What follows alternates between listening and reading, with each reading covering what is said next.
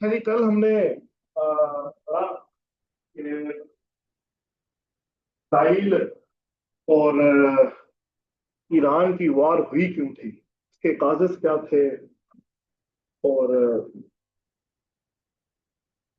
बैठेगा, ये किसका है देश?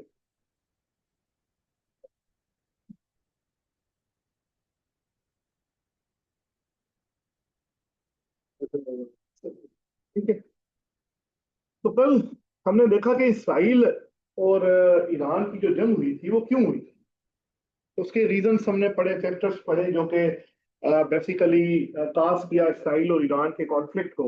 उसके साथ साथ हमने पढ़ा कि एक न्यूक्लियर जो प्रोग्राम है इसराइल का और ईरान का, उसका क्या चक्कर है, वो कब से स्टार्ट हुआ। और फिर हमने रजा शाह पाहलवी के दौर से लेकर करंट इस्लाम जो ईरान का प्रोग्राम है वहां तक थोड़ी सी हिस्ट्री देखी कि क्या क्या मसाइल हैं और क्यों एक इशू है ईरान और इसराइल का over the nuclear program of Iran.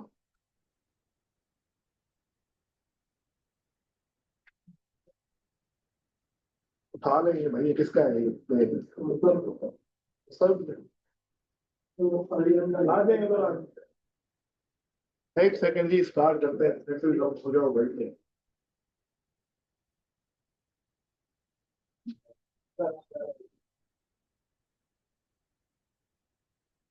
बैठ जाएगा साहब, जल्दी करेंगे।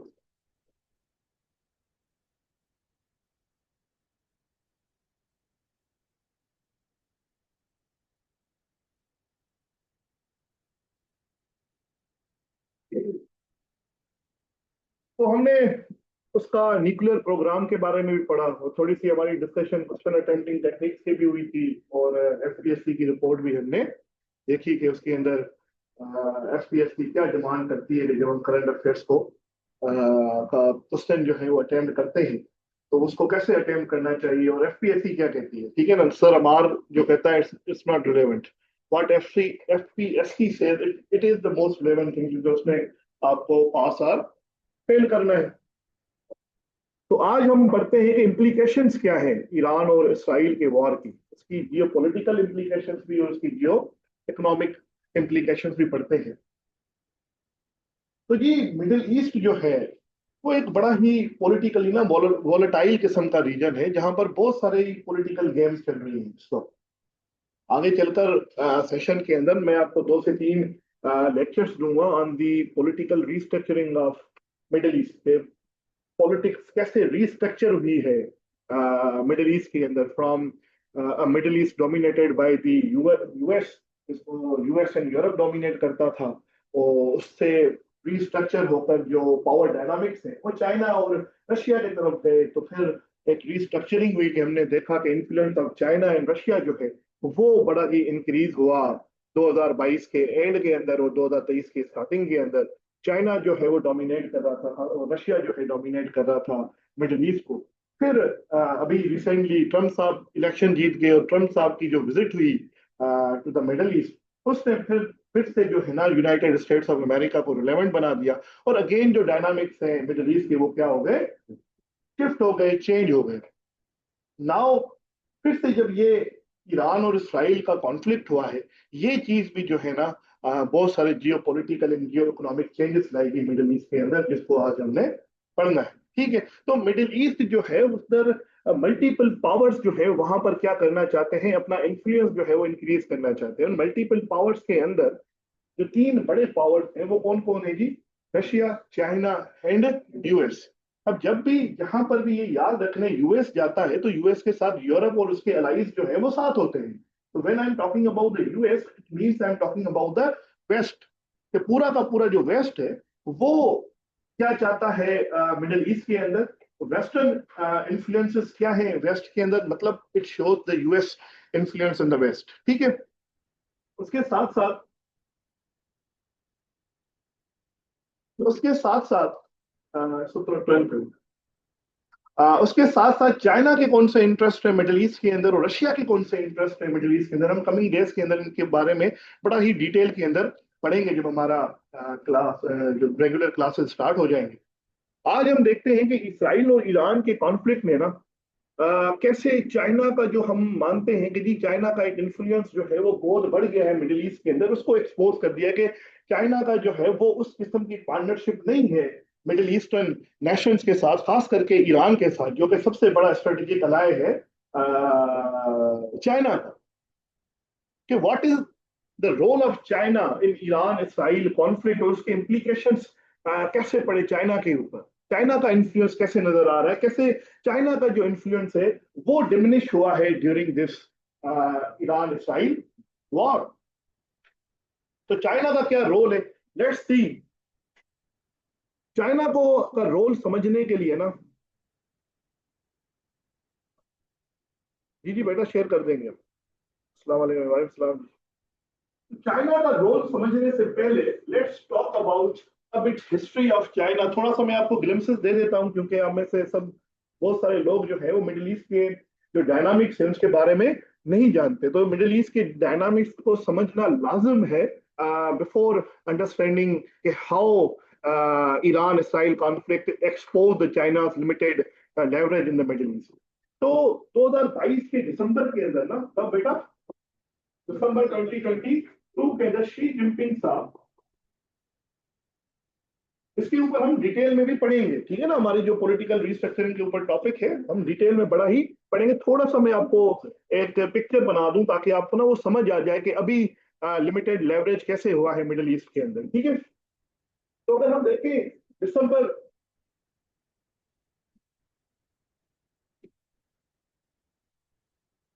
अभी अगर हम देखें तो दिसंबर 2022 के अंदर जी जिनपिंग साहब ने 3 डेज विजिट की थी जी मिडिल ईस्ट के अंदर, जहां पर इन्होंने जाकर जीसीसी कंट्रीज के साथ पहली बार समिट किया और जीसीसी कंट्रीज को अपने डोमेन के अंदर लिया। वो समिट जब हुआ तो उस समिट के अंदर economic economic security and political centric जो है ना एग्रीमेंट साइन हुए चाइना और जीसीसी कंट्रीज के। अब जीसीसी कंट्रीज का मतलब क्या है? सऊदी अरबिया, कतर, हाँ, तो आपका यूएई, तो ये जो जॉर्डन वगैरह ये जो जीसीसी कंट्रीज हैं इनके साथ उनके ताल्लुकात बड़े अच्छे हुए। तो लोगों ने कहा कि चाइना ने अपना एक इन्फ्लुएंस जो है वो बढ़ाया है किधर, मिडिल ईस्ट के अंदर। इसी 3 डेज विजिट के दौरान उसने एक और समिट किया जिसको हम कहते हैं चाइना अरब लीग समिट। क्या कहते हैं जी? चाइना अरब लीग समिट। चाइना और अरब लीग का समिट हुआ। अब जब हम अरब लीग की बात करते हैं ना, तो अरब लीग के अंदर आ जाता है मीना रीजन। क्या आ जाता है बेटा? मीना रीजन। मीना रीजन में भी आपको, आज तो हम बात करेंगे पढ़ेंगे पूरा मैप के अंदर भी के मैप को यूजेज कैसे करना है इसके ऊपर।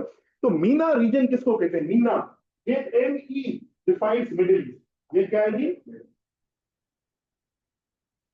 Middle east. और एम ए का मतलब क्या है? North Africa.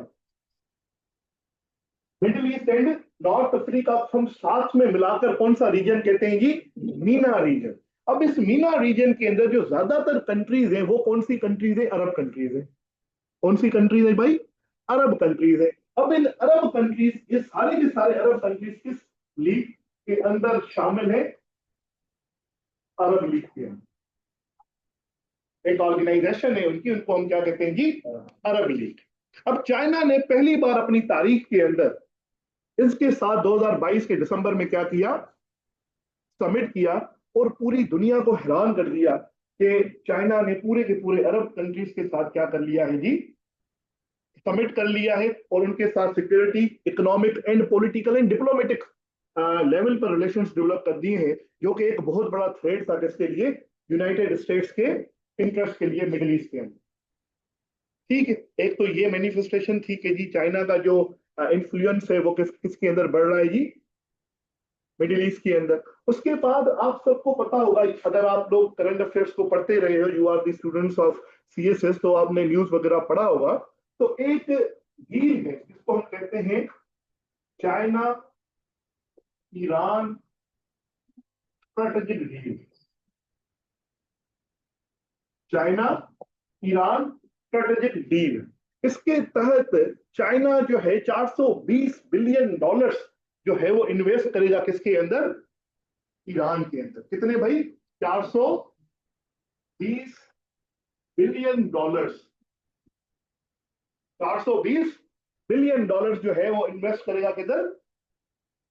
ईरान के अंदर। तो उसका इन्फ्लुएंस जो है ईरान के अंदर वो सबसे बड़ा है। फिर एक और डील है, फिर एक और पार्टनरशिप है जिसको हम कहते हैं सऊदी चाइना स्ट्रेटेजिक पार्टनरशिप। क्या कहते हैं जी? सऊदी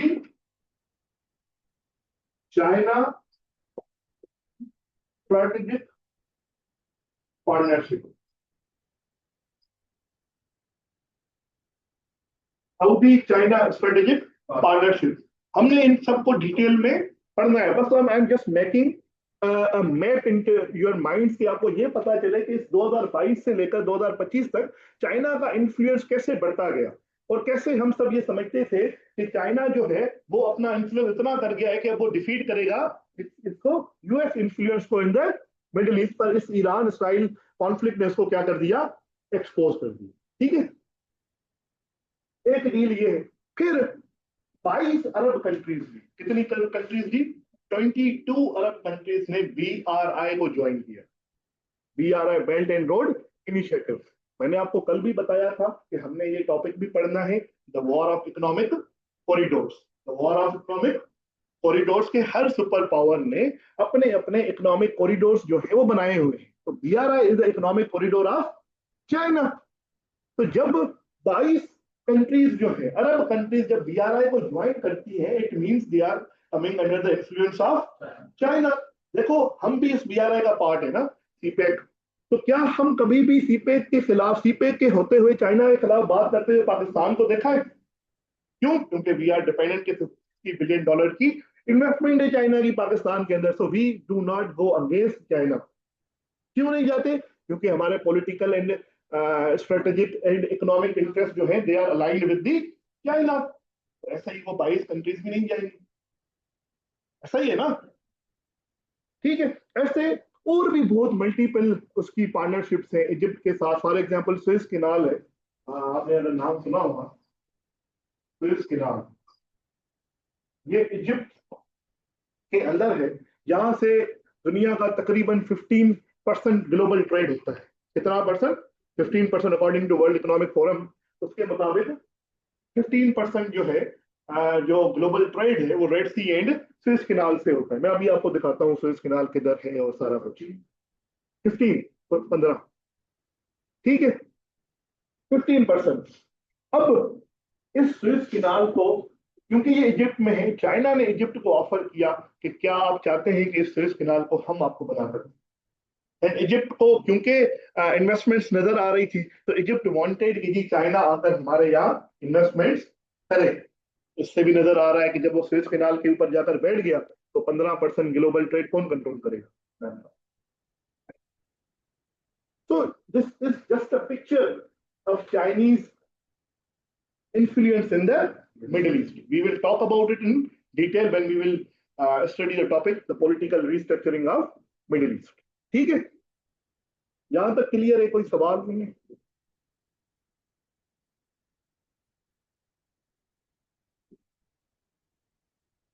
Now let's see कि चाइना और ईरान का जो ये पार्टनरशिप है अगेंस्ट द वेस्ट, ये कैसे एक्सपोज हुई, कैसे ये नजर आया है कि चाइना जो है वो सिर्फ और सिर्फ अपने इंटरेस्ट को परस्यू करता है। It is not concern about the interest of Iran और एनी अदर पार्टी। ठीक है, कैसे? Let's see.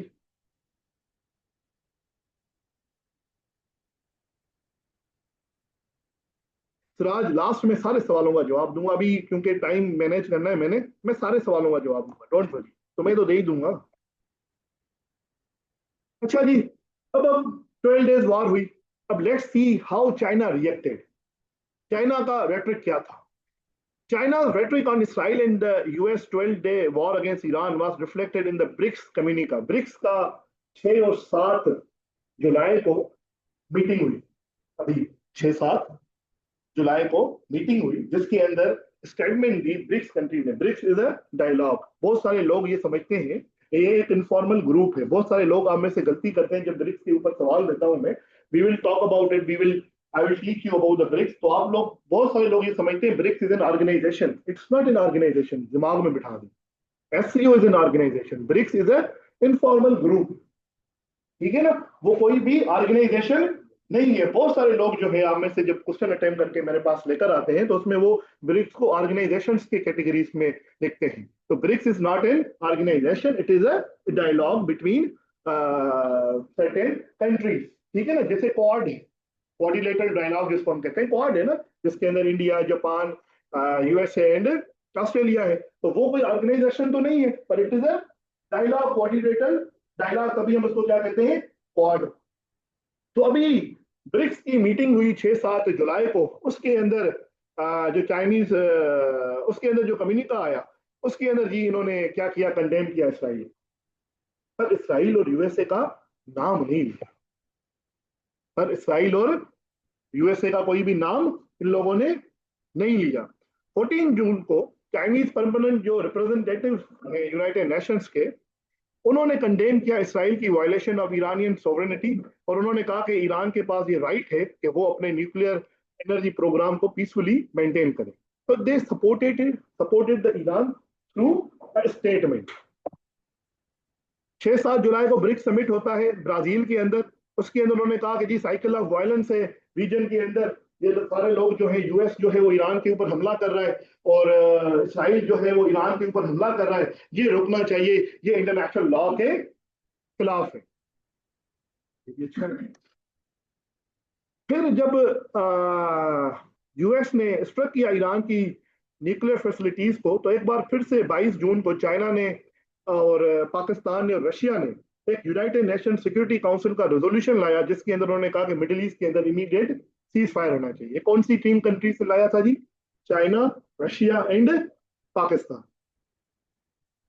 फिर चाइना ने कहा कि जी इसराइल और यूएस का जो ऑफेंसिव है अगेंस्ट ईरान, इसको हम रोकना चाहते हैं। क्यों रोकना चाहते हैं? अब यहां से मसला स्टार्ट, जो मैं आपको कह रहा हूं कि it's the partnership of just interest. क्या है? क्योंकि जी इकोनॉमिक ब्लो बैक होगा इस वॉर से। क्या होगा जी? इकोनॉमिक ब्लो बैक, कि जो सप्लाई लाइन से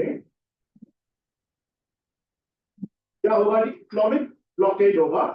क्योंकि जो सप्लाई लाइन से in the strait of Hormuz and Persian Gulf and Red Sea and Suez canal, वो जब रुक जाएंगी तो हमारी जो सारा का सारा ट्रेड है वो क्या होगा, रुक जाएगा। जब हमारा ट्रेड रुक जाएगा, ये चाइनीज इंटरेस्ट के खिलाफ है। यहां से बहुत सारे पॉलिटिकल जो एनालिस्ट हैं वो ये समझते हैं कि चाइना ने एक्चुअली जो सपोर्ट कर रहा था ईरान को, जिस तरीके से हम लोगों ने समझा था कि चाइना आएगा, उसको मिलिट्री वेपन्स देगा, उसकी सपोर्ट करेगा, उस तरीके से चाइना ने ईरान को सपोर्ट नहीं किया। China was rather interested in his own economic interest rather than the interest of Iran और हिज और इट्स सॉवरेनिटी। अब मैं थोड़ा आपको दिखाता हूं कि जब ईरान ने थ्रेटन किया कि जी हम ब्लॉक करेंगे स्ट्रेट ऑफ हार्मूज को, जहां से 20% ऑफ वर्ल्ड ऑयल पास होता है, और बीजिंग ने कहा कि जी ये नहीं होना चाहिए। कितना होता है जी? 20% दुनिया का ऑयल जो है वो कहां से गुजरता है? स्ट्रेट ऑफ हार्मूज से।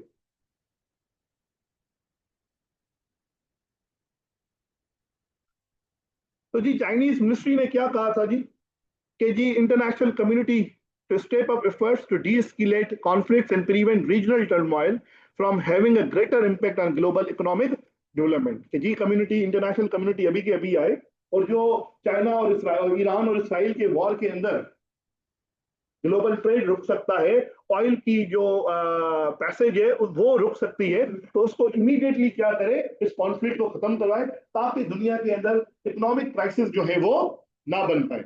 तो चाइना के जो स्टेटमेंट्स थे वो ज्यादातर किस बात के ऊपर थे कि जी मेरा जो इंटरेस्ट है वो प्रोटेक्ट हो, rather than the interest of Iran. अब मैं आपको थोड़ा सा मैप दिखा देता हूं, ताकि आपको ना एक अंडरस्टैंडिंग डेवलप हो जाए कि स्ट्रेट ऑफ हार्मूज कहाँ है, और पर्शियन गल्फ कहाँ है, रेड सी कहाँ है, स्विस कैनाल कहाँ है, और कैसे ये ग्लोबल ट्रेड जो है वो रोक सकते हैं। हौथी कहाँ बैठे हुए हैं, इसराइल कहाँ पर सिचुएटेड है, और इंडो पैसिफिक रीजन का जो सारा का सारा ट्रेड है वो अगर यहाँ से नहीं गुजरेगा तो कहाँ से गुजरेगा, ठीक है ना। तो उसके ग्लोबल और जो रीजनल इम्पैक्ट्स है वो क्या पड़ सकते हैं इकोनॉमी के ऊपर। तो ये सारा कुछ समझने के लिए ना we need to understand what the map. तो करंट अफेयर्स के अंदर ये याद रख लें, करंट अफेयर्स के अंदर आपको मैप्स बनाने पड़ेंगे, बगैर मैप्स के आपको चीजें नहीं लिखनी पेपर के अंदर। समझ रहे हो मेरी बात। बहुत सारे क्वेश्चन ऐसे होते हैं जहां पर मैप्स के बगैर आप अंडरस्टैंड नहीं कर सकते, ना ही एग्जामिनर को समझा सकते हैं, ना ही एग्जामिनर को वो चीज डिलीवर कर सकते हैं जो आप करना चाहते हैं।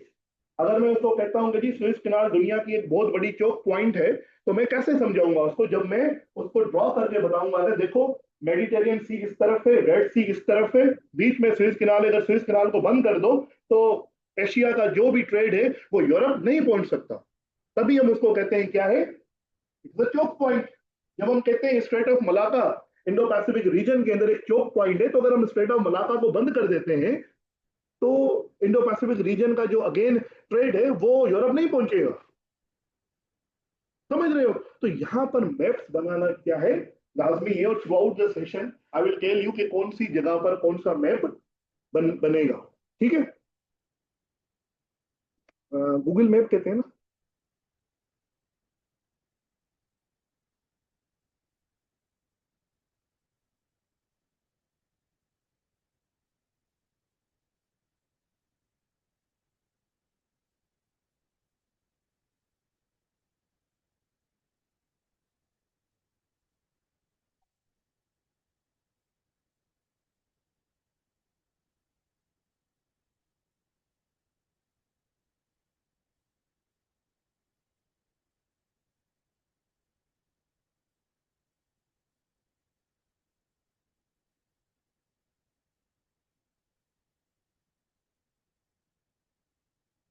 ये ऑनलाइन वालों आपको मैप नजर आ रहा है, ये कंफर्म कर दो, जल्दी जल्दी बताते हैं।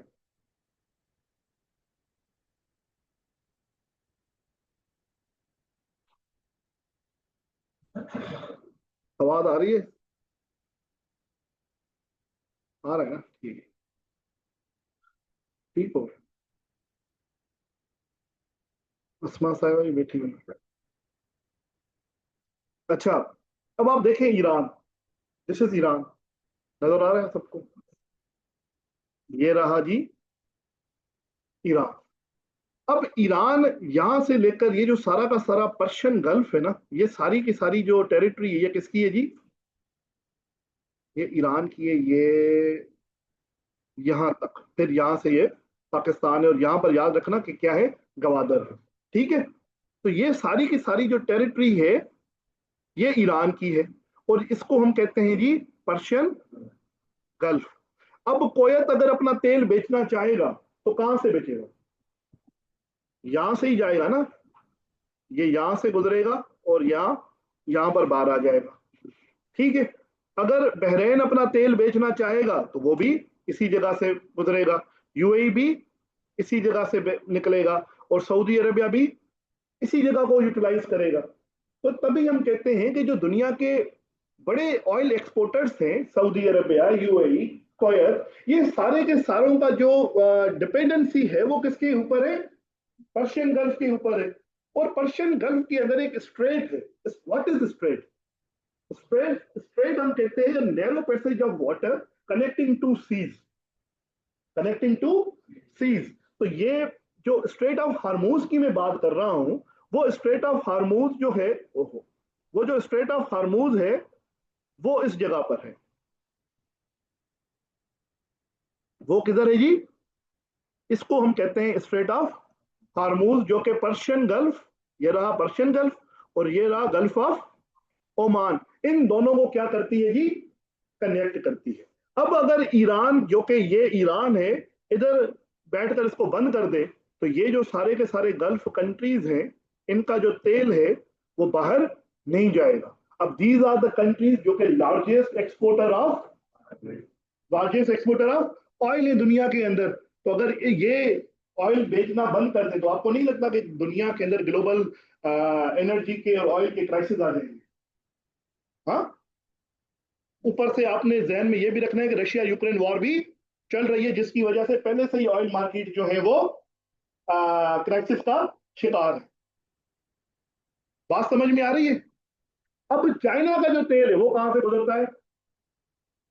इधर से ही गुजरता है, वो भी इधर से ही गुजरता है। तो चाइना किस चीज के साथ ज्यादा इंटरेस्टेड है कि ये जो स्ट्रेट ऑफ हार्मूज है यहाँ पर वो ब्लॉक ना हो। अगर वो ब्लॉक होगी तो चाइनीज इकोनॉमी के लिए क्या होगा, ये एक बहुत बड़ा मसला हो जाएगा।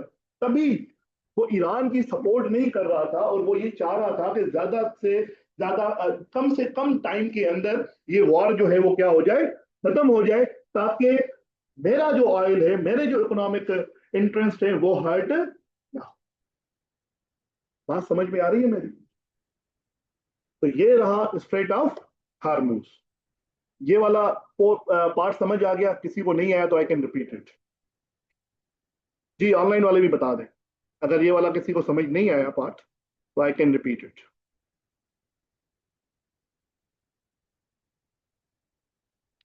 आप सबको दुबई का यूएई यूएई यूएई ये है यूएई का पार्ट है ना दुबई। तो जब आप दुबई घूमने जाते हो तो स्ट्रेट ऑफ हार्मूज जाते हो। स्ट्रेट ऑफ हार्मूज कनेक्टेड है ना, तो उसमें हाँ। तो ईरान से बंद कर सकते हैं, दुबई भी कर सकता है। तो दुबई के पास इतना पावर नहीं है वो करे, वो क्यों करेगा अपना तेल बंद?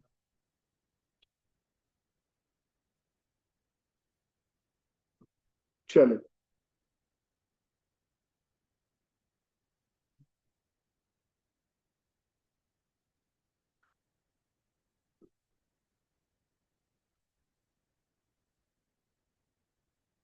ये बिल्कुल ये कह सकते हैं।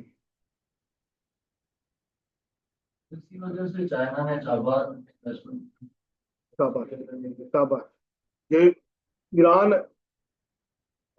चाइना जो डील थी, स्ट्रेटेजिक डील थी, वो इसी चाबार कहते हैं। ठीक है? तो ये तो हो गया स्ट्रेट ऑफ हार्मूज वाला part. Now let's talk about the Red Sea. अब ये क्या है जी? रेड सी है। अब चाइना, सवाल ये है कि जी ईरान तो उधर बैठा हुआ है, ईरान तो उस तरफ बैठा हुआ है ना पर्शियन गल्फ में, तो इधर रेड सी के साथ क्या ताल्लुक है चाइना का और ईरान का? तो यहां पर मैंने आपको कल बताया था कि Iran is developed axis of resistance. हाँ, जिसको हम प्रॉक्सीज कहते हैं। एक्सिस ऑफ रेजिस्टेंस की बात हमने कल की थी ना। तो ये रहा यमन, ये रहा जी यमन। और यमन के अंदर ईरान की कौन सी प्रॉक्सी बैठी हुई है? होती। कौन सी प्रॉक्सी बैठी हुई है मेरे भाइयों? होती। जैसे ही ईरान के इंटरेस्ट को हिट होता है तो होती क्या करते हैं, जो शिप्स यहां से गुजरते हैं, ये वाली जो जगह है ना, ये वाली, तो ये वाली जगह, इसको हम कहते हैं बाबुल मंदीब। क्या कहा जाता है जी? बाबुल मंदीब। तो ये बाबुल मंदीब से जैसे ही शिप्स गुजरती हैं, होती साहब क्या करते हैं, उनके ऊपर रॉकेट्स मारना स्टार्ट कर देते हैं और ग्लोबल ट्रेड जो है वो क्या हो जाता है, बंद हो जाता है, क्योंकि होती इस तरफ बैठे हुए हैं।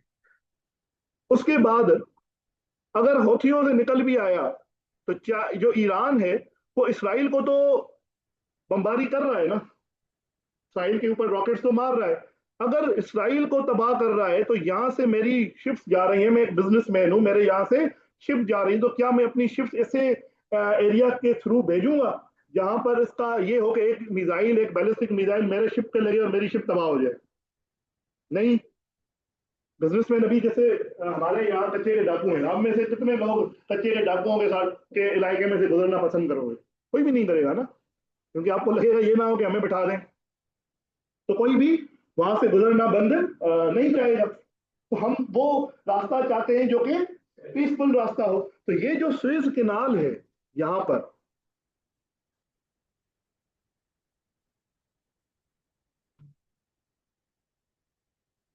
ये देख रहे हैं आप, यहाँ पर लिखा हुआ है स्वेज।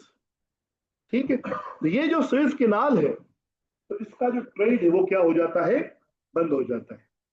अब आप देखो इधर क्या है जी, मेडिटेरियन सी। ये वाला जो सी है बेटा, ये कौन सा सी है? मेडिटेरियन सी, ये सारा का सारा। अब मेडिटेरियन सी जो है वो बेसिकली कनेक्ट करता है किसको? एशिया को। किसके साथ? यूरोप के साथ।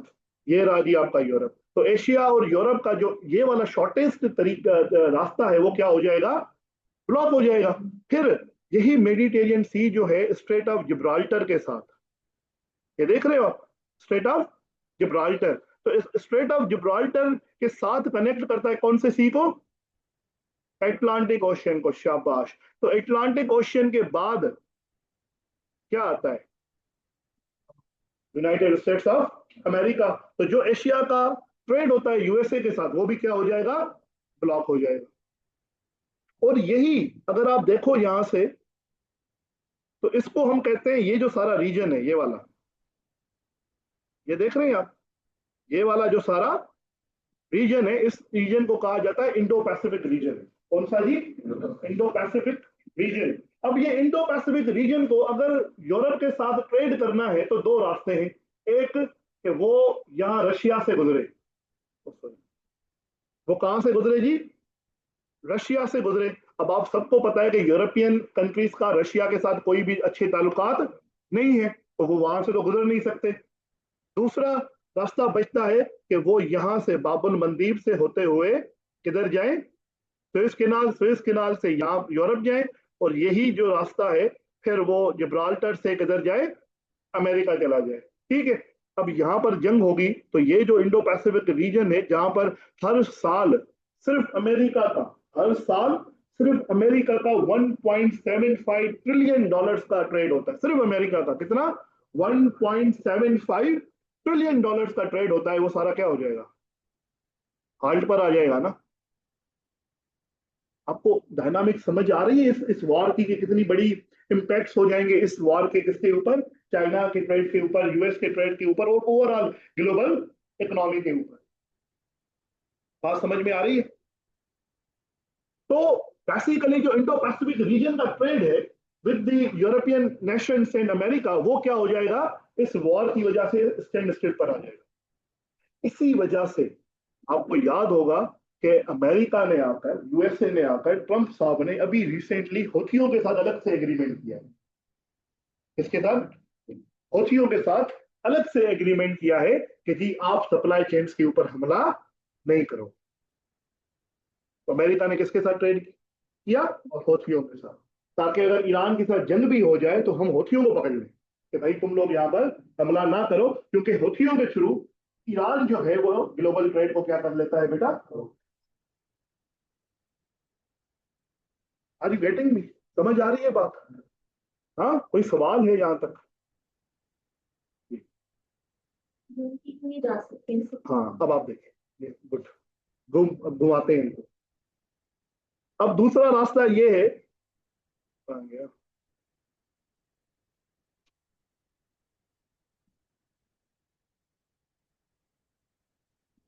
सब किधर गया?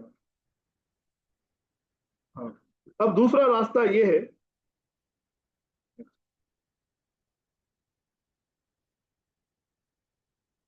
किस चीज को मार्क कर दूं बेटा, बताएं। अच्छा, अब दूसरा रास्ता है कि जी हम घूम कर जाएं। अब ये देखो, ये इंडो पैसिफिक रीजन है। अब ये क्योंकि थोड़ा सा लग रहा है ना, क्योंकि मैप बना हुआ है, अगर हम देखें तो ये थाउजेंड्स ऑफ किलोमीटर से नॉटिकल माइल्स हो जाएगा। ठीक है। अब यहां से ये लोग जा रहे हैं इधर साउथ अफ्रीका, साउथ अफ्रीका से साउथ अटलांटिक ओशियन, और साउथ अटलांटिक ओशियन से फिर ये घूमते घूमते घूमते घूमते घूमते घूमते स्ट्रेट ऑफ जिब्राल्टर, और जिब्राल्टर से फिर ऐसे आए। ठीक है। या फिर ये इधर से जाए। तो ये लॉन्गेस्ट रूट है। इसके अंदर पैसा भी ज्यादा होगा, इसकी जो टाइम है वो भी ज्यादा लगेगा, फ्यूल भी ज्यादा लगेगा, और डिलीवरी और सप्लाई का जो चीज है वो टाइम ज्यादा लेगी। तो सप्लाई एंड डिमांड के क्या हो जाएंगे?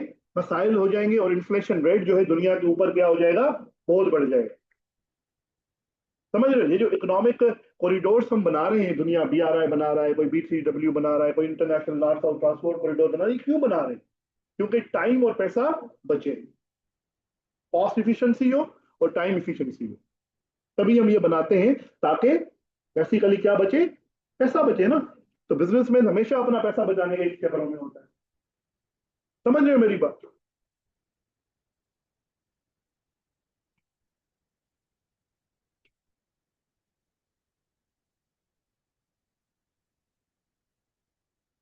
बेटा स्विस कैनाल ये है ना, यहाँ पर, ये दिस इज स्विस कैनाल। ठीक है। यहाँ पर ऐसे समझ आ गया? आगे चलूं, मैप क्लोज कर ले।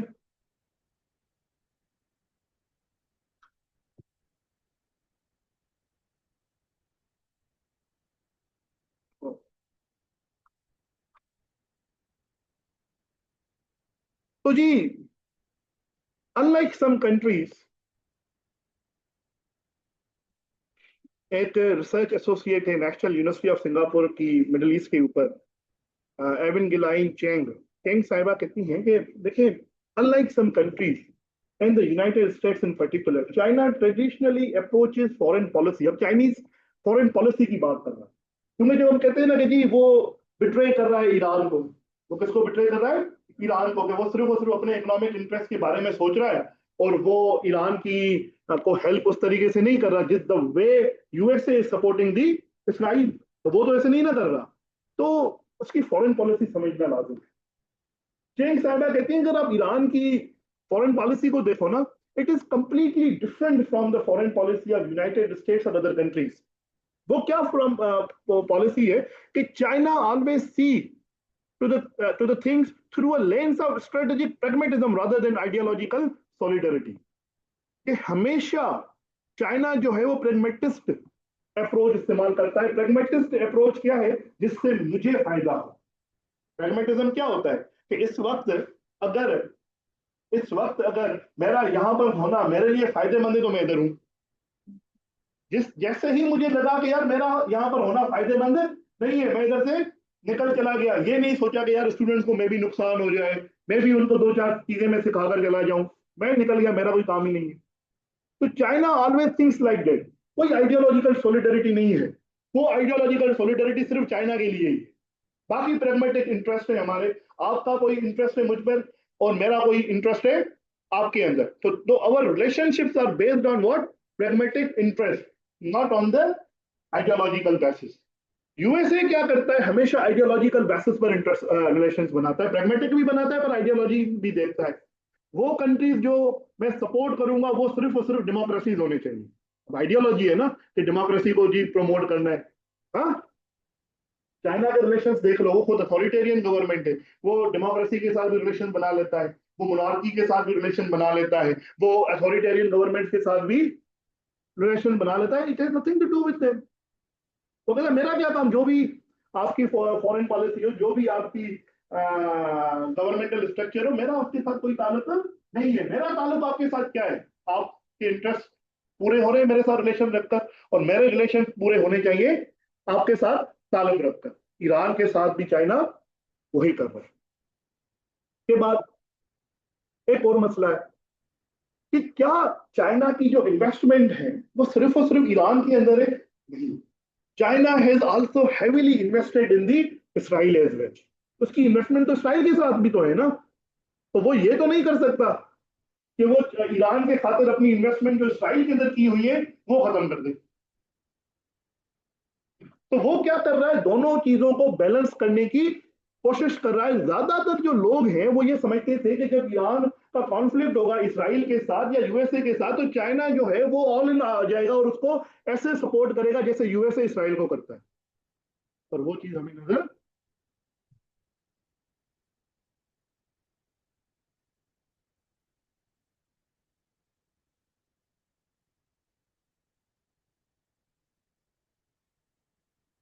फिर चेंग साहिबा लिखती हैं कि चाइना's offer to meditate highlights its desire to be seen as a responsible global player, but its actual leverage remains limited. Without military capabilities or deep political influence in the region, with Israel wary of Beijing ties to Iran, China's role is necessarily constrained। वो कहता है China जो है ना वो मेडिएशन की offers कर रहा है, आओ जी मैं मेडिएशन करवा देता हूँ। वो इसलिए कर रहा है क्योंकि वो दिखाना चाहता है कि मैं एक रेस्पॉन्सिबल ग्लोबल प्लेयर हूँ जो कि कॉन्फ्लिक्ट नहीं चाहता दुनिया के। पर अगर हम एक्चुअली देखें तो इसराइल कभी भी चाइना की बात मानेगा नहीं, क्योंकि वो तो क्लियर कट्टी यूएस की कैंप में खड़ा हुआ है ना। तो वो यूएस को छोड़कर चाइना की तो बात मानने नहीं लगा।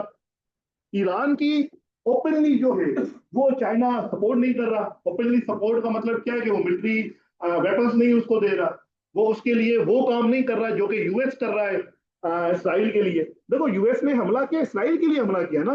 नहीं तो ईरानियन जो रॉकेट है भले एटॉमिक पावर बन भी जाए तो वो यूएस की तरफ तो नहीं पहुंच सकता, यूएस की तरफ तो नहीं ना पहुंच सकता।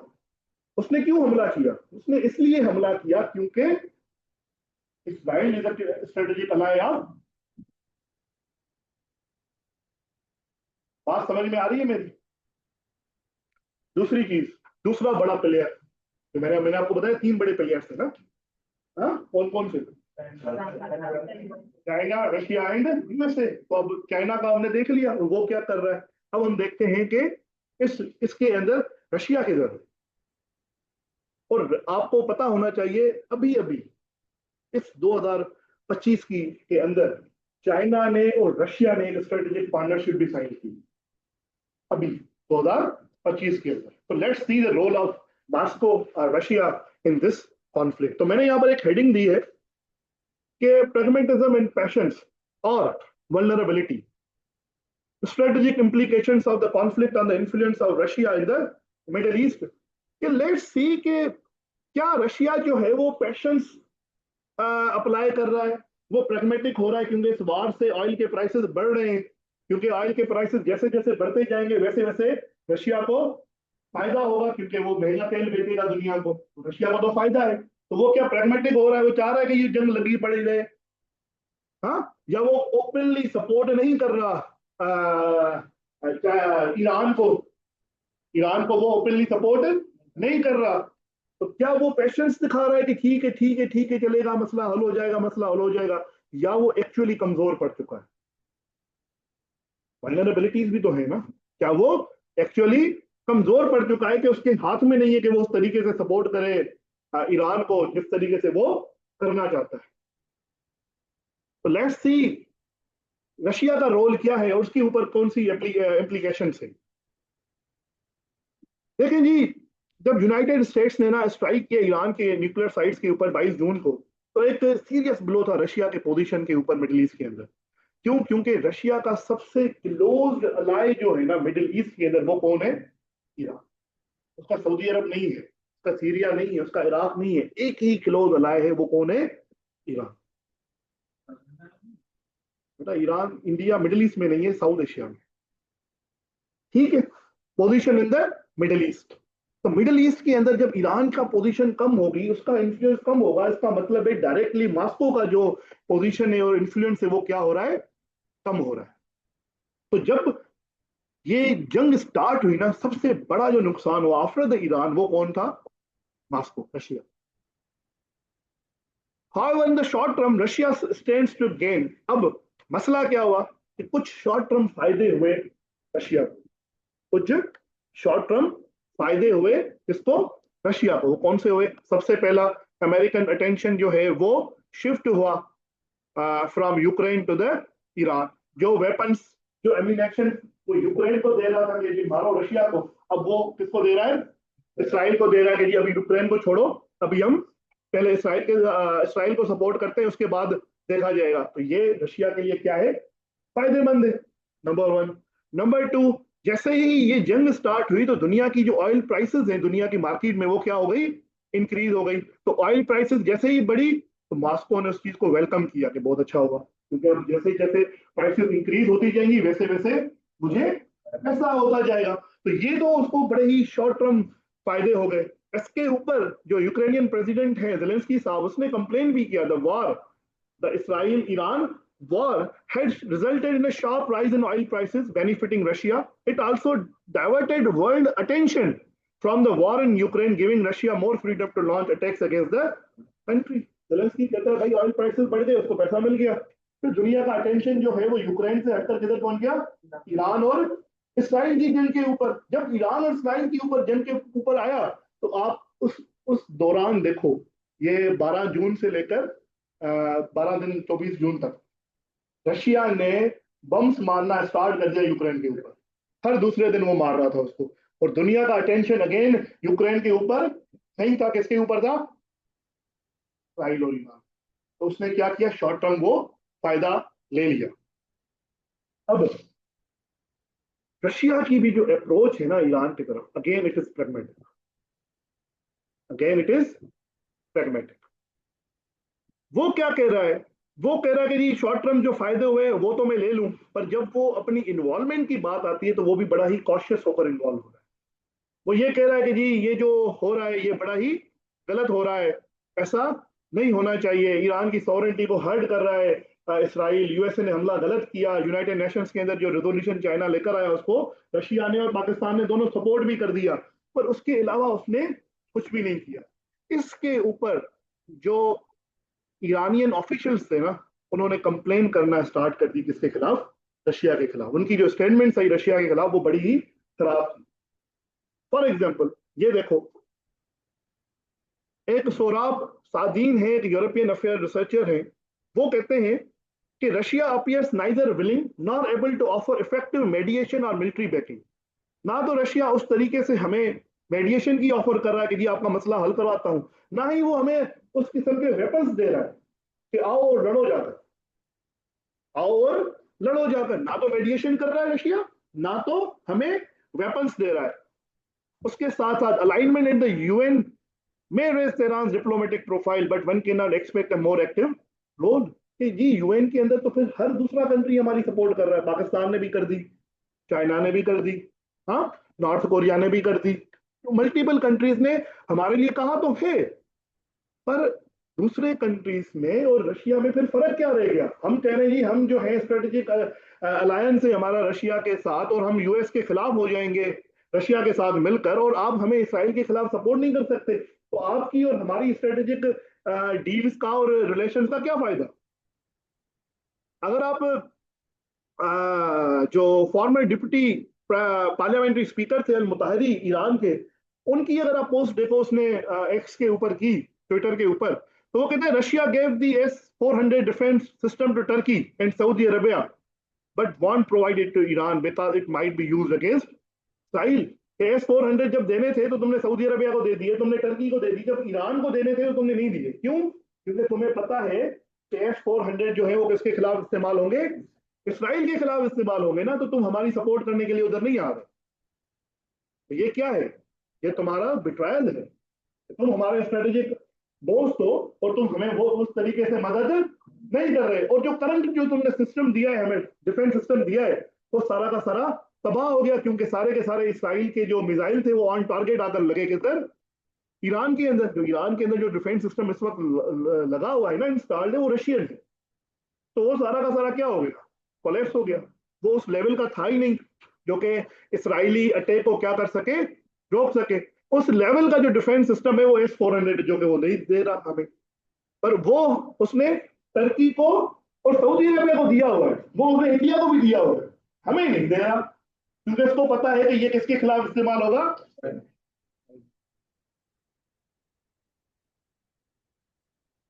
रशियन इंटरेस्ट क्या है? रशिया क्यों खराब करेगा अपने रिलेशन इसराइल के साथ? उसके इकोनॉमिक ट्रेड होता है, उनके बहुत अच्छे ताल्लुकात हैं यहूदियों के साथ, प्यूटिन के बहुत सारे ओलिगर्स जो हैं वो यहूदी हैं। तो इसराइल के देखो, एक बात याद रखना कि जब भी हम बात करते हैं ना जी ईरान ने इसराइल को ये सपोर्ट किया, भाई वो तो मुसलमान नहीं है ना, उनके ऊपर कोई रिस्पॉन्सिबिलिटी नहीं है। इसराइल उनके लिए एक मुल्क है, उनके उनके साथ ताल्लुकात बनना बनाना बनता है।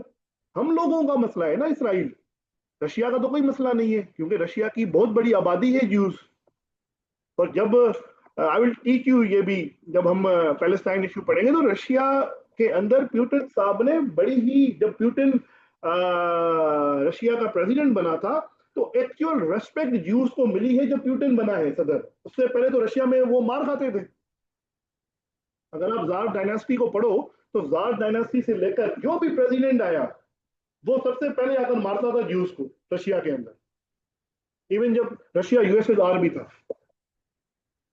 जब प्यूटन बना प्रेसिडेंट ऑफ रशिया तो उसने रेस्पेक्ट करना स्टार्ट की, किसकी? ज्यूस की।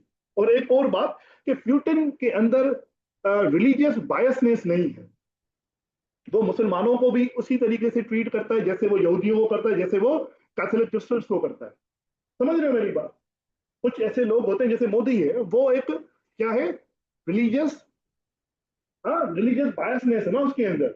ऐसे ही जो हमारा ट्रम्प साहब है, अब वो रिलीजियस बायसनेस नहीं है उसके अंदर, पर वो वो व्हाइट सुप्रीमेसी में बिलीव करता है, और व्हाइट जो है खास करके क्रिश्चियंस है।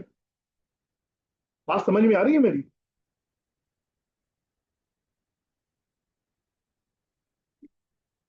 मैक्रोन की भी बात मिसाल दे सकते हो, there are multiple leaders in the world, ठीक है।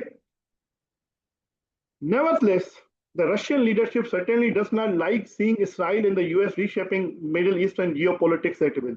अच्छा, फिर ये भी मसला है कि रशिया को ये भी नहीं चाहिए कि यूएस आकर और इसराइल की मदद के साथ पूरे जियोपॉलिटिकल सिनेरियो जो है मिडिल ईस्ट का वो क्या कर दे, चेंज कर दे। क्यों? क्योंकि रजीम चेंज अगर होगी, कल हमने पढ़ा था ना रजीम चेंज के बारे में, अगर रजीम चेंज हो गई ईरान के अंदर, अगर रजीम चेंज हो गई ईरान के अंदर, तो सबसे बड़ा जो सेटबैक होगा वो मॉस्को का होगा। क्यों? क्योंकि it would threaten it's interest in south caucus and central Asia. अगर आप ईरान को देखो तो वो सेंट्रल एशिया के बीच में है ना, मैंने अभी आपको मैप भी दिखाया, तो वो सेंट्रल एशिया के साथ मिलता है। तो यहां से एक इकोनॉमिक कॉरिडोर जाता है, उसका नाम क्या है?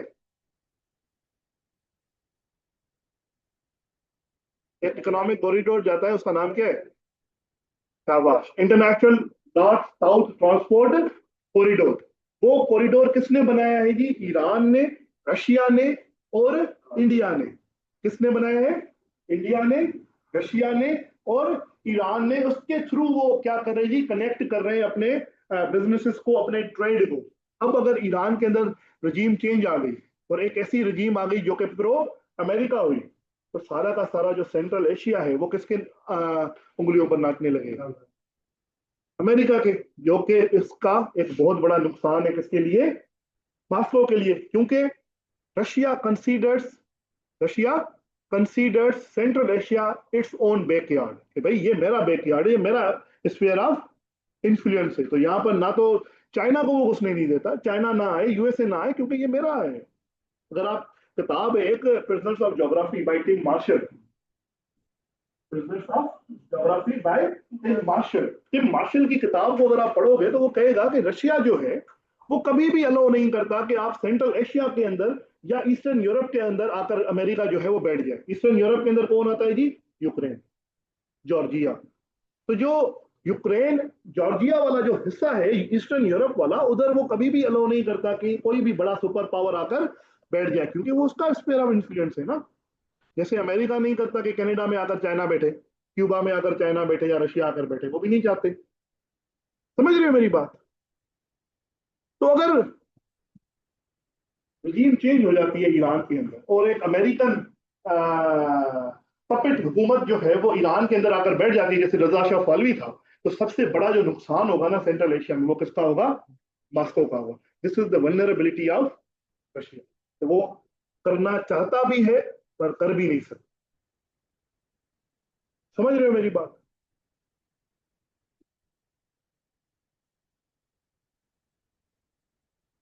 इसके बाद जी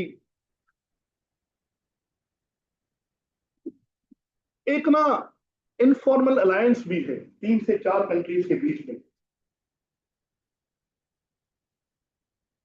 एक इनफॉर्मल अलायंस है 3 से 4 कंट्रीज के बीच में। उनका नाम है जी China, Russia, North Korea and Iran. China, Russia, North Korea, Iran. अगर आप देखो तो इन सब के ऊपर ना वेस्ट का झगड़ा है। नॉर्थ कोरिया को शामिल किया था, ईरान को शामिल किया था एक्सिस ऑफ इविल्स में बुश साहब ने। पता है ना आपको? एक्सिस ऑफ इविल, देखो, nexus of evil, NEXUS, NEXUS, nexus of evil.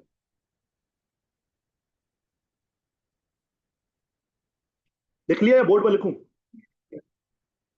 तो लूं फिर भी लग तो यही रहा है, कह रहा हूं।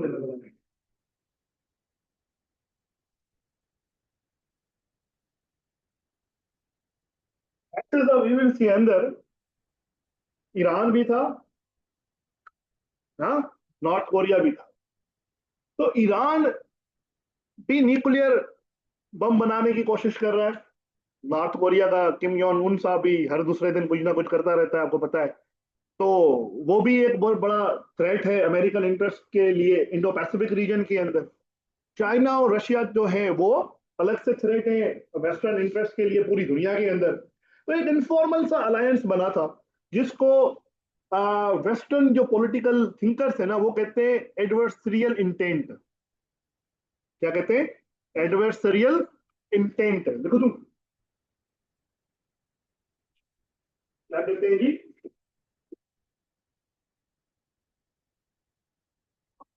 Adversary intent. इंटेंट किसको कहते हैं? ग्रुप अलायंस को। ये एक इंटरनेशनल रिलेशंस का क्या है? टर्म है। क्या है जी? टर्म है इंटेंट।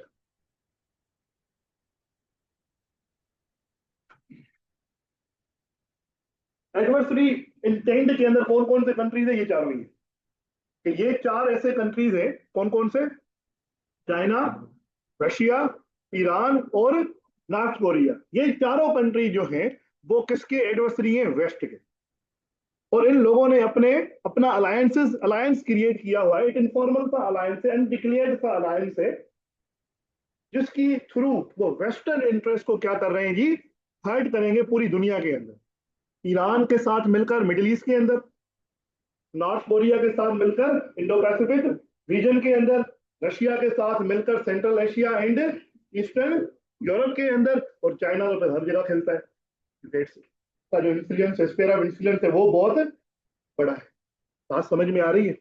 अब वो भी एक्सपोज हो गया, क्योंकि इन चारों तीनों कंट्रीज ने ना, नॉर्थ कोरिया, मॉस्को और चाइना, इन तीनों कंट्रीज ने जैसे समझा जा रहा था कि वो सपोर्ट करेंगे ईरान को, किसी ने नहीं किया। हमने चाइना और रशिया का तो पढ़ा पूरा। नॉर्थ कोरिया ने इतना भी नहीं किया कि जब जंग हुई तो उसने एक स्टेटमेंट भी नहीं दी। जंग जब खत्म होने वाली थी तो उसने स्टेटमेंट दी कि ईरान के ऊपर हमला नहीं करना चाहिए, ईरान के ऊपर हमला नहीं करना चाहिए। तो बहुत सारे पॉलिटिकल एनालिस्ट ये समझते हैं कि जो ये एक समझा जा रहा था कि ये अलायंस जो है एक बहुत बड़ी हर्डल है for the western interest in the world, अब वो एक्सपोज हो गई। और वेस्ट जो है अब उनको उस लेवल का हर्डल नहीं समझता, क्योंकि ये लोग एक दूसरे की उस तरीके से सपोर्ट ही नहीं करते।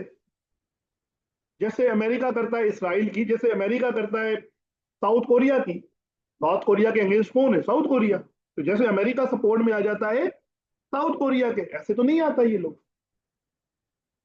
तो it means this alliance also exposed, कि ये भी एक्सपोज हो गया कि कोई ऐसा अलायंस नहीं है जो कि आपस में इनके कोई इतने ज्यादा ज्यादा इंटरेस्ट है कि अगर कोई कंट्री इनके ऊपर हमला करेगा तो ये एक दूसरे की क्या करेंगे? सपोर्ट करेंगे। और इसके अंदर जनवरी 2025, जनवरी 2025 Russo Iranian strategic partnership agreement भी हुआ है। अभी 5 महीने भी नहीं हुए।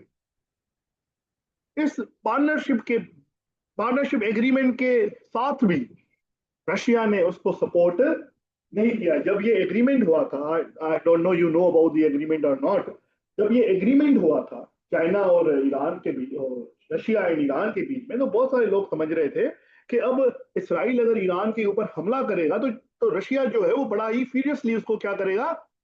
रिटेलिएट करेगा।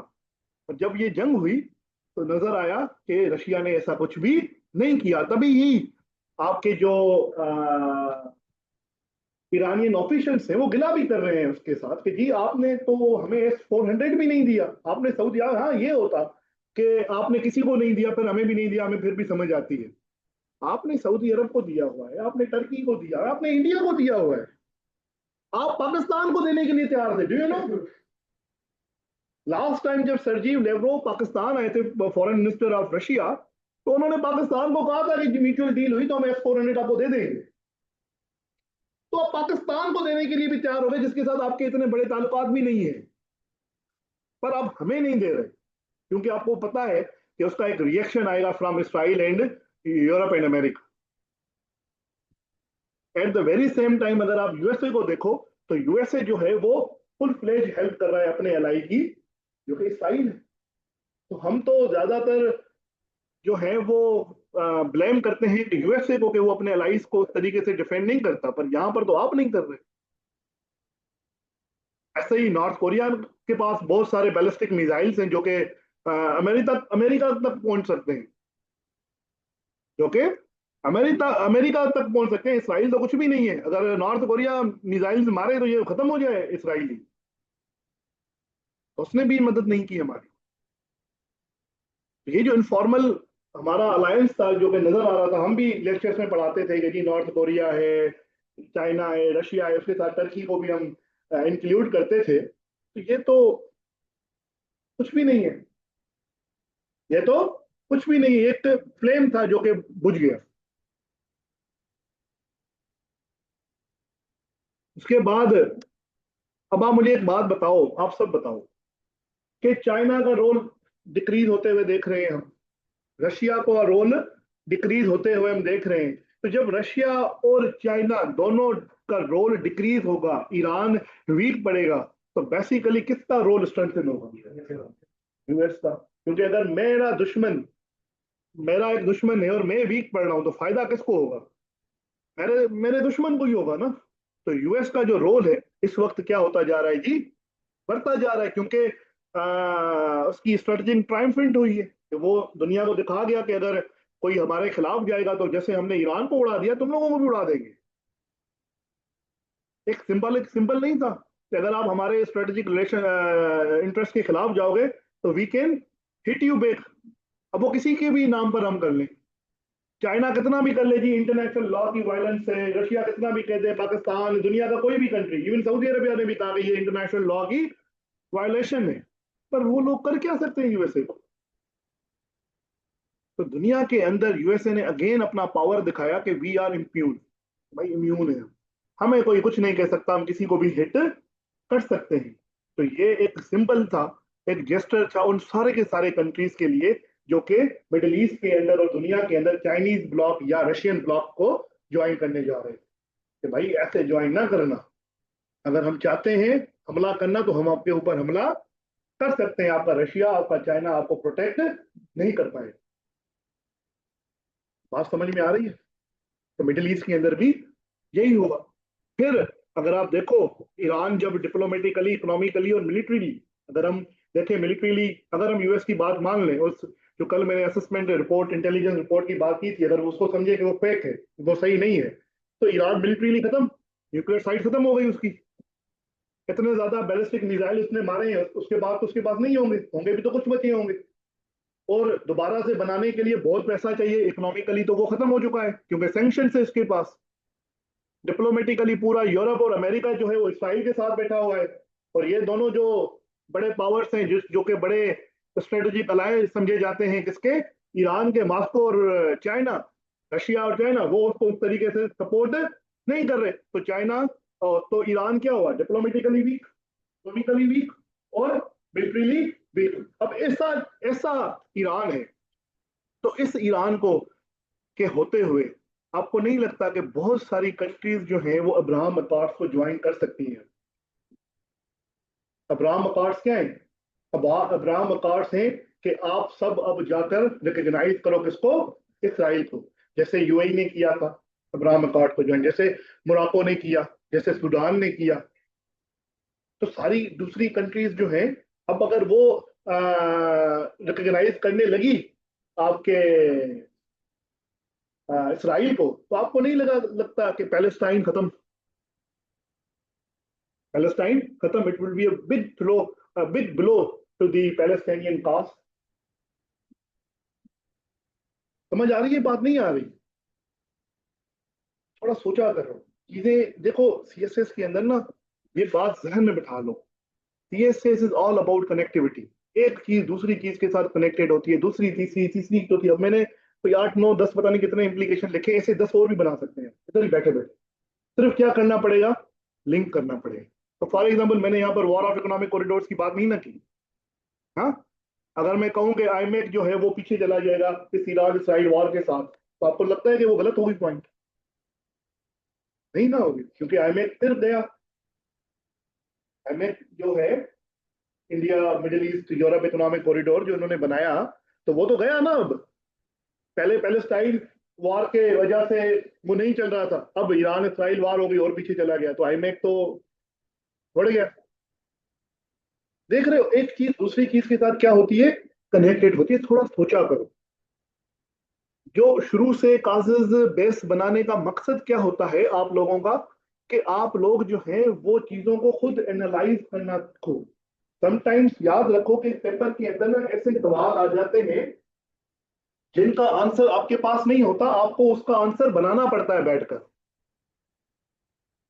उसकी सबसे बड़ी मिसाल है 2023 का यूएस हिस्ट्री का पेपर। यूएस हिस्ट्री का पेपर किसी को नहीं आ रहा था। सीएसएस की तारीख का सबसे मुश्किल तरीन पेपर था। जो टीचर्स हैं जो यूएस हिस्ट्री पढ़ाते हैं उनको भी नहीं आ रहा था। उस साल मैं भी दे रहा था पेपर, मेरा भी था last paper. And believe me, जब मैं उसको पढ़ा, मैंने पहला सवाल नहीं आ रहा था, दूसरा नहीं आ रहा था, सातों सवाल पढ़े, मैंने कहा ये तो गए। क्योंकि 11 पेपर मेरे इतने अच्छे हुए थे, मैं अपने आप को सीएस भी समझ रहा था यार 12वें तक। तो मैंने कहा ये तो गए। फिर जब मैंने इधर उधर देखा तो किसी को भी नहीं आ रहा था। मैंने कहा चलो अब we are back in the game. Believe me, उधर बैठकर उस सर्च को बनाया। एंड आई रेड एक्सटेंसिवली, मैं बहुत पढ़ता हूँ। तो मैंने बहुत पढ़ा था यूएस हिस्ट्री पर, और मुझे भी नहीं आ रहे थे। अगर मुझे ये जहन में था कि अगर मुझे नहीं आ रहे तो यहाँ पर किसी को नहीं आएगा, I am damn sure about. तो जब वहां पर पेपर आया तो मैंने उधर पेपर को बनाया बैठकर, की टर्म्स निकाले, पेपर बनाया, और मेरे 59 मार्क्स आए। जहां पर मैं कंसीडर करा था अल्लाह करे पास हो जाए। 59 मार्क्स आए, और तकरीबन अगर आप 2023 में लोगों का ऐसे पास है, यूएस हिस्ट्री फेल है। अब जाकर पूछोगे ना अपने सीनियर्स से जो हमारे दौर के थे, तो आप उनसे पूछो तो वो कहेंगे बहुत सारे ऐसे लोग हैं जिनका यूएस हिस्ट्री फेल था, पैसे पास था। क्यों? सिर्फ ये मसला है कि कनेक्ट करना चीजों को नहीं आता। तो इस सेशन के अंदर और कुछ सीखो ना सीखो, ये सीख कर जाओ कि कनेक्ट कैसे करना है चीजों को एक दूसरे के साथ, उस इंफॉर्मेशन कैसे कर ली है। समझ रहे हो मेरी बात? अब की अभी की रेलिवेंट है, वो इसका सर फिर से इन्फ्लुएंस बढ़ गया। सही बात है, सही कह रहे हैं आप। एंड ऑफ हिस्ट्री बेटा, इसके ऊपर हम पूरा लेक्चर करेंगे, ठीक है? फ्रांसिस फोकोयामा ने जब किताब लिखी ना, the last man standing, and of history and the last man standing, the last man standing is liberalism. तो उसने अभी अभी कोविड के बाद एक नॉवल, एक आर्टिकल लिखा था, the end of history has been postponed. खुद Francis Fukuyama, we will talk about it, ठीक है? जब हम वर्ल्ड ऑर्डर पढ़ें, वर्ल्ड ऑर्डर के ऊपर हमारा एक लेक्चर है, तो आई विल टेल यू कि how end of history has been postponed, revisionist powers कैसे दोबारा से आ गए हैं, and they are threatening liberalism, ठीक है? तो जी यूएस का जो रोल है वो क्या होता जा रहा है जी? बढ़ता जा रहा है। उसके बाद एनर्जी एंड इकोनॉमिक इम्प्लीकेशन है जी दुनिया के अंदर, देखो। तो मैंने आपको बताया 35% जो सी बोर्न ऑयल ट्रेड है वो यहाँ से गुजरता है। 20% लिक्विफाइड नेचुरल गैस एलएनजी जो है वो स्ट्रेट ऑफ हार्मूज से गुजरती है। तो बहुत सारा ऑयल का जो ट्रेड है और गैस का जो ट्रेड है वो यहाँ से होता है। जब ये रुकेगा तो आपको पता है कि पूरा का पूरा ऑयल मार्केट और इकोनॉमिक मार्केट जो है वो क्या होगा, खतरे में आ जाएगा। अब ये याद रखें कि oil is directly connected with your inflation rate. जब ऑयल महंगा होता है तो हर चीज महंगी हो जाती है। ऑयल की प्राइसेस महंगी हुई तो ज्यादातर दुनिया के अंदर जो है वो बिजली जो बनती है वो ऑयल के ऊपर बनती है ना, गैस के ऊपर बनती है। अगर उसकी प्राइसेस ऊपर हो गई तो बिजली की प्राइसेस ऊपर हो गई। और ज्यादातर जो इंडस्ट्रीज है दुनिया के अंदर वो किस चीज के ऊपर चलती है? बिजली के ऊपर चलती है ना। तो वो बिजली के ऊपर जब उनको महंगी बिजली मिलेगी तो जो वो प्रोडक्ट्स प्रोड्यूस करेंगे वो क्या हो जाएंगे? महंगे हो जाएंगे। फिर ऑयल का अगर प्राइसेस बढ़ गया तो आपकी ट्रांसपोर्टेशन कॉस्ट क्या हो जाएगी? बढ़ जाएगी। जैसे जैसे ही ट्रांसपोर्टेशन कॉस्ट बढ़ती जाएगी तो वो फिर सारे मार्केट को क्या करेगी? इम्पैक्ट करेगी। तो ऑयल ऐसी चीज है जो कि डायरेक्टली लिंक है इकोनॉमिक एक्टिविटीज के साथ, क्योंकि हर चीज डिपेंड करती है किसके ऊपर? एनर्जी के ऊपर। बहुत सारी जगहों पर जहां पर एनर्जी के क्राइसिस आ जाएंगे तो वो इंडस्ट्रीज जो है वो बंद होना स्टार्ट हो जाएंगी। जैसे पाकिस्तान के अंदर हुआ कोविड के अंदर। तो इंडस्ट्रीज जब बंद होती जाती है तो अनएम्प्लॉयमेंट रेट बढ़ता जाता है, क्योंकि वो लोग तो बाहर आ गए। तो हर चीज क्या है? इंटरकनेक्टेड। बात समझ में आ रही है मेरी? तो इस चीज के बहुत बड़े इम्पैक्ट हैं दुनिया की इकोनॉमी और एनर्जी मार्केट्स के ऊपर। और ईरान ने फिर ये भी थ्रेटन किया कि मैं स्ट्रेट ऑफ हार्मूज जो है वो बंद कर दूंगा। जब ईरान उसको थ्रेटन कर किया हुआ है तो उस टाइम ट्रम्प साहब ने कहा बीजिंग को कि आओ ना इनके साथ बात करते हैं। मार्को रूबियो जो secretary of state of secretary है अमेरिका के, उन्होंने वेंग यी साहब से जो फॉरेन मिनिस्टर हैं चाइना, उनसे बात की और उन्होंने कहा कि आओ इसको मना करोगे यार, स्ट्रेट ऑफ हॉर्मूज को ना बंद करें क्योंकि पूरा का पूरा दुनिया जो है वो मसले में पड़ जाएगी। एंड बहुत सारे एक्सपर्ट, देखो हर चीज के दो पहलू होते हैं। अभी हमने सारा कुछ पढ़ा कि चाइना का इन्फ्लुएंस कम हो रहा है, ऐसा ही है। पेपर में अगर आ जाएगी चाइना का इन्फ्लुएंस बढ़ रहा है तो मैं इस स्टेटमेंट के ऊपर पूरा क्वेश्चन लिखूंगा कि मार्को रूबियो जो है वो चाइना को फोन करके कहता है कि इसको मना करोगे या ना करो, इट मीन्स कि China has a greater influence than the America. अगर आप लोग मुझे फोन करके कह रहे हो कि सर ये, सर उमेर को कह देना फॉर एग्जाम्पल, तो it means I have a greater influence on Umer than you, ऐसा ही है ना। तो एक फोन कॉल के ऊपर पूरा क्वेश्चन बन सकता है और पूरी की पूरी डायरेक्शन हम चेंज कर सकते हैं पूरे सवाल। यूटिलाइज द डेटा, मैं आपको बहुत सारी डेटा देता हूँ, उस डेटा को पिक एंड चूज किया करो according to the statement giving in the question. देखो यहाँ पर ना पर्सनल बायसेस ना लेकर आया करो, यहाँ पर बहुत सारे शिया हजरात होंगे, बहुत सारे जो है एंटी ज्यूज बैठे होंगे, हर बंदे की अपनी अपनी आइडियोलॉजी है। उस आइडियोलॉजी का सीएसएस के साथ कोई लेना देना नहीं है। आपका सिर्फ और सिर्फ लेना देना है जो क्वेश्चन में पूछा गया है। अगर क्वेश्चन में ये पूछा गया ईरान खराब है तो प्रूव करो हाँ भाई खराब है, हमारा लेना क्या देना, हमें तो ब्यूरोक्रेट बनना है ना, ईरानियन एम्बेसडर थोड़ी लगे हुए हैं हम इधर, ऐसा है कि नहीं है। तो always use the data for your own purpose. ये एक कॉल, अगर अमेरिका ये कहता है कि स्टेट ऑफ हार्मूज को बंद कराना, इसको कहो कि मत बंद करना, इट मीन्स कि China has a influence in the Middle east.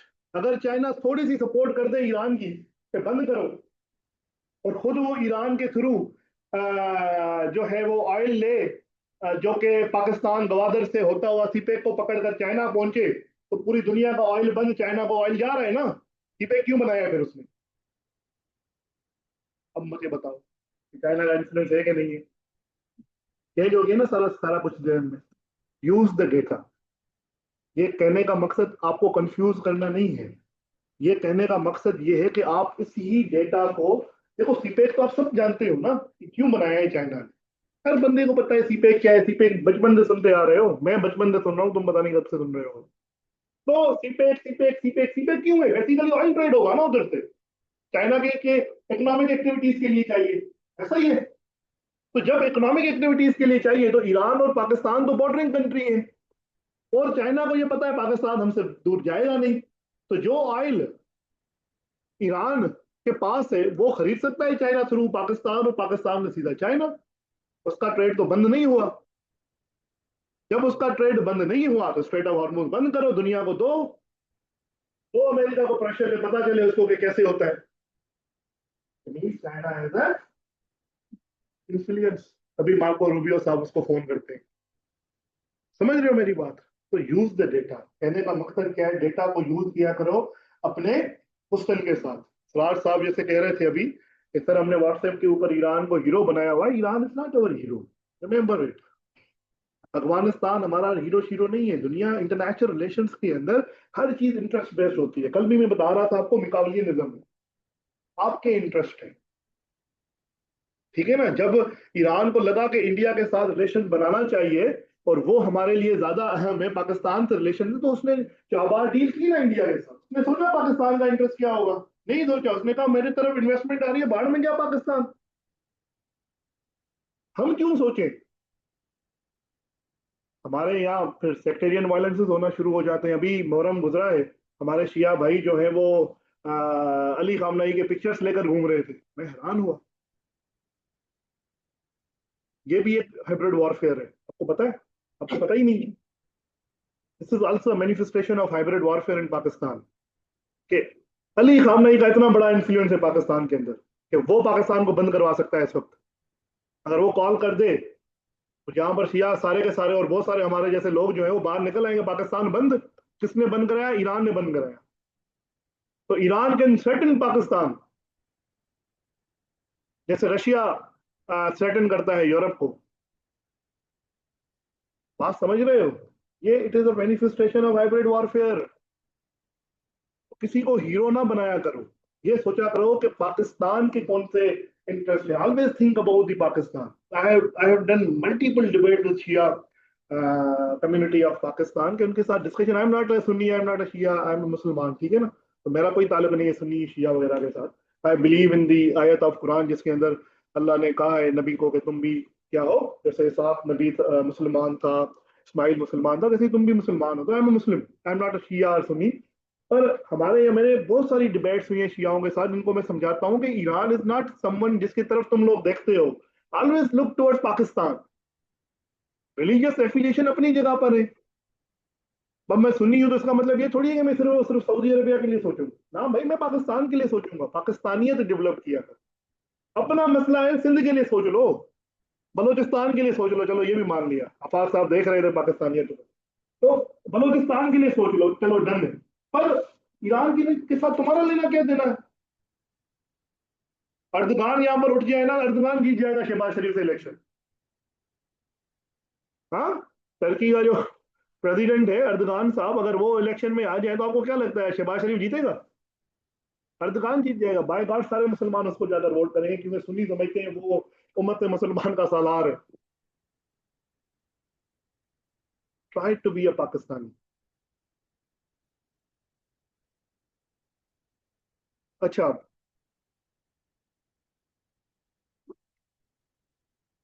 तो जी ये है आपकी प्रेसिडेंट ट्रंप ने जब कहा कि जी अब चाइना जो है वो तेल भी खरीद सकता है, किससे? ईरान से। जाए खरीदे, हमारा कोई ताल्लुक नहीं है, अब सैंक्शन हम खत्म कर देंगे। उसके बाद अगर आप वॉल स्ट्रीट जर्नल को देखो, वॉल स्ट्रीट की जो पॉइंट्स थी वो गिर गई। इजिप्ट की जो बेंचमार्क EGX है वो गिर गया। स्टॉक एक्सचेंज जो टेल अवीव का इसराइल का है वो गिर गया। तो जैसे वार शुरू हुई तो stock exchange around the world वो क्या हो गए? बैठ गए।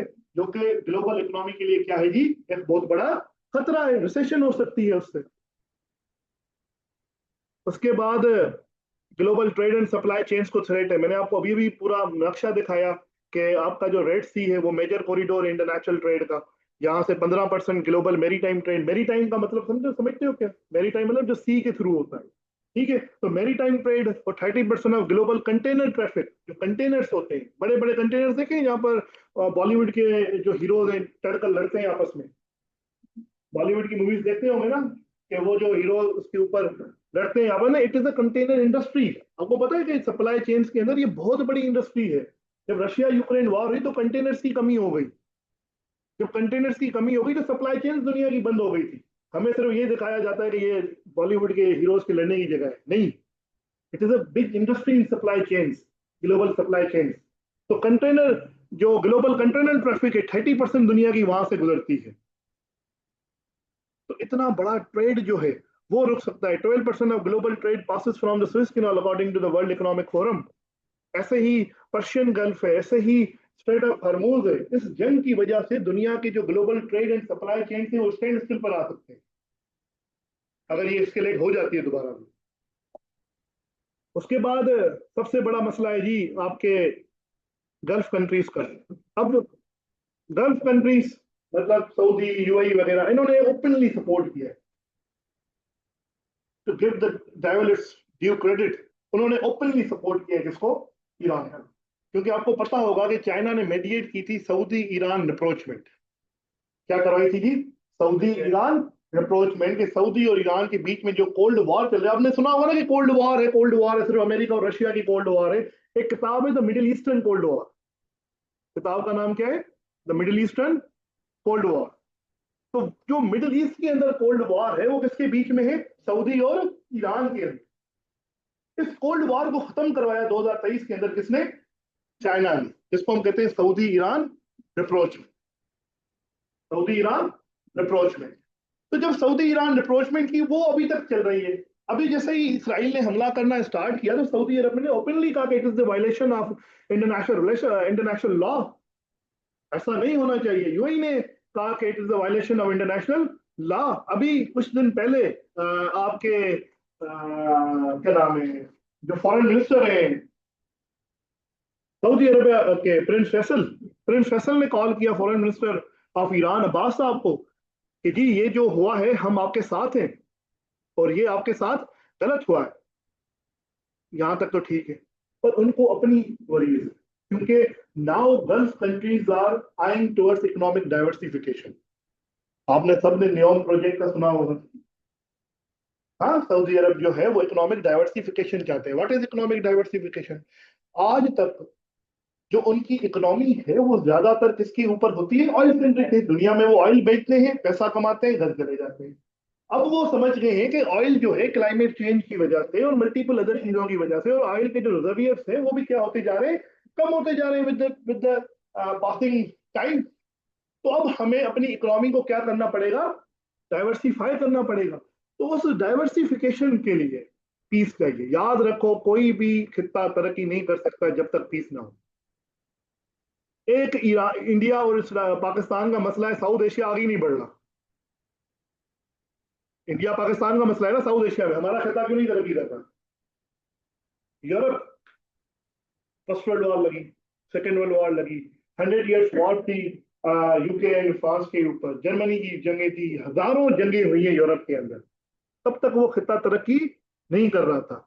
द डे उन्होंने कहा कि अब हम लड़ना बंद करेंगे, उन्होंने यूरोपियन यूनियन बनाई, उसके बाद यूरोप देखो कहां पहुंच गया। क्यों? क्योंकि अमन चाहिए। तो कोई भी खिता अमन के बगैर तरक्की नहीं कर सकता। तो ये इकोनॉमिक डाइवर्सिफिकेशन तब तक नहीं होगी जब तक पीस नहीं आता। तो ये आर्टिफिशियल इंटेलिजेंस के अंदर काम करना चाहते हैं, ये चाहते हैं कि इन्वेस्टमेंट आए, ये चाहते हैं कि टूरिज्म आए। तो ये सब कुछ तो हो ही नहीं सकता जब तक इसराइल ईरान आपस में लड़ते रहेंगे। तो ये जो जंग है, ये सबसे बड़ा मसला किसके लिए है? गल्फ कंट्रीज के लिए। उसके बाद जब स्ट्रेट ऑफ हार्मोज को बंद करने की धमकी देता है ईरान, तो ईरान अपना ऑयल थोड़ी बंद कर रहा है। ऑयल किसका बंद करेगा? कतर का बंद करेगा, यूएई का बंद करेगा, सऊदी अरेबिया का बंद करेगा, कुवैत का बंद करेगा। अपना ऑयल थोड़ी बंद कर रहा है। तो जब उनका ऑयल बंद कर देगा तो उनका ट्रेड, उनका पैसा, सब कुछ डाउन, रुक जाएगा। बात समझ रहे हो मेरी? तो सबसे बड़ा इंपैक्ट जो है वो किसके ऊपर है? The economic diversification of the Gulf countries.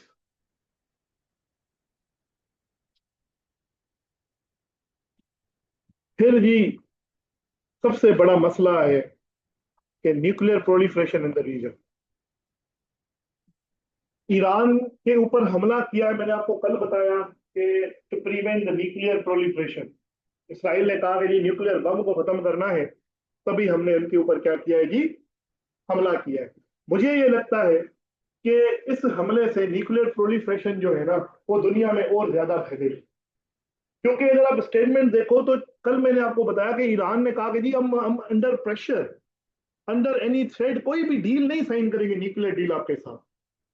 और कल मैंने आपको पहला काज ही बताया था ईरान इसराइल जंग का। वो पहला काज क्या था? कि जी failed US Iran nuclear deal, कि वो फेल हुई। तो जब न्यूक्लियर डील फेल हुई तो इट मींस कि प्रोलिफरेशन क्या होगी? बढ़ेगी। अब जब ईरान जो है उसके ऊपर आप इस तरीके से हमला करोगे, they will restart the programme.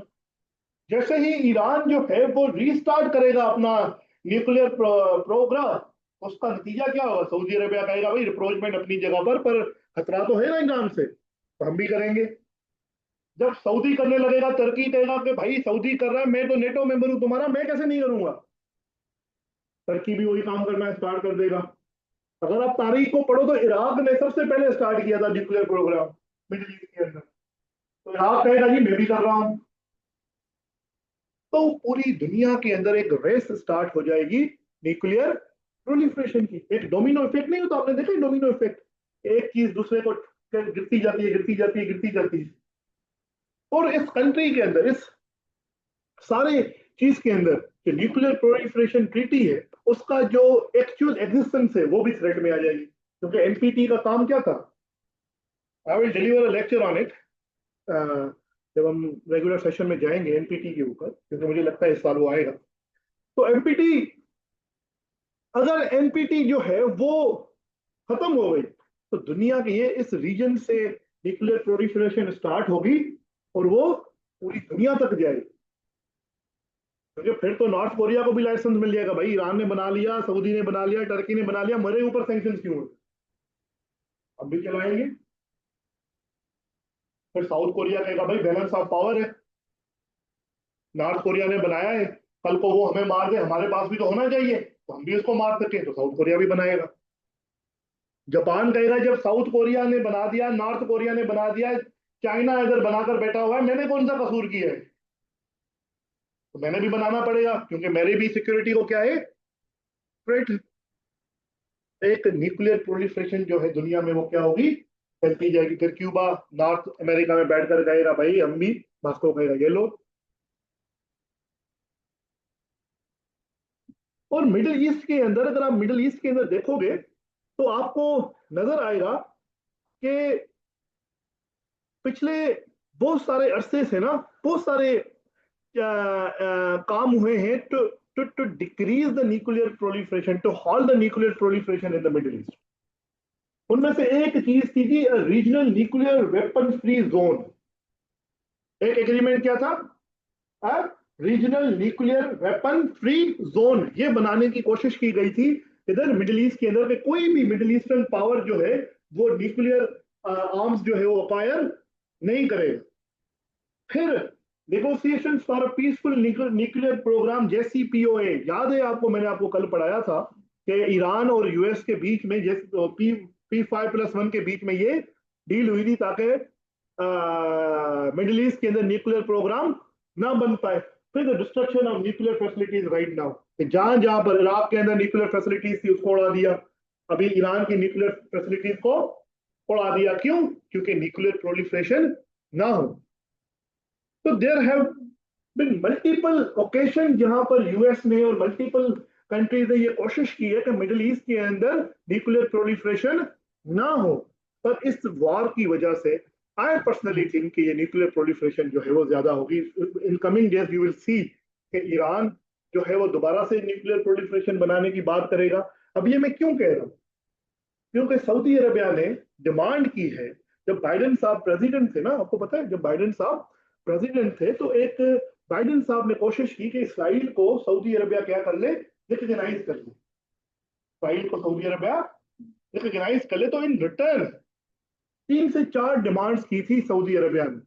उन 4 डिमांड्स में से एक ये डिमांड भी थी कि आप हमें अलाउ करो कि हम न्यूक्लियर इन्वेस्टमेंट कर सकें, हम न्यूक्लियर इन्वेस्टमेंट कर सकें, क्योंकि हमें ईरान से खतरा है। ये तो फिर डोमिनो इम्पैक्ट हो जाएगा पूरा।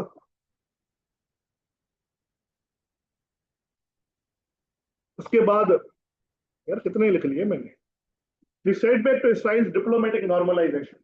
भाई मैंने कल आपको बताया कि नेतन्याहू साहब 2 प्ले कार्ड्स लेकर गए थे यूनाइटेड नेशंस की जनरल असेंबली की 79 मीटिंग के अंदर, जब वो स्पीच कर रहे थे। हाँ, तो उन्होंने कहा था ये ब्लेस्ड नेशन है। ब्लेस्ड नेशन में क्या था, यूएई, कतर, सऊदी अरबिया, मतलब वो कंट्रीज जिनसे उम्मीद थी कि ये लोग हमें एक्सेप्ट कर लेंगे, they will join the Abraham accord. और वो कंट्री सीरिया, ईरान जो कि हमारे खिलाफ है, they will the cursed evil countries, ऐसा ही है ना। अब जब ये जंग हुई तो वो जो प्रोसेस ऑफ नॉर्मलाइजेशन था वो बिल्कुल खत्म हो गया, क्योंकि ज्यादातर जो मुसलमान अवाम है, वी आर नॉट प्रेगमेटिक अवाम, ये याद रखना। मुसलमान कभी भी प्रेगमेटिक हो ही नहीं है हम लोग, we are reactionary emotional people, हम इमोशनल पीपल है ना।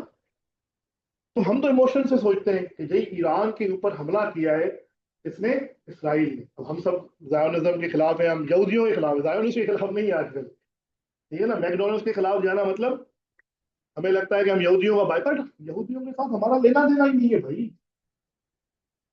तालिबान खराब है, जब हम कहते हैं कि इस्लामोफोबिया गलत है, तो तालिबान भी तो गलत है ना। तो फिर हम क्यों कहते हैं कि मुसलमानों को लेबल ना करो तालिबानों के टेररिज्म से, कहते हैं ना हम लोग कि भाई तालिबान फैला रहे हैं ना, कहो कि तालिबान गलत है, इस्लाम क्यों गलत है।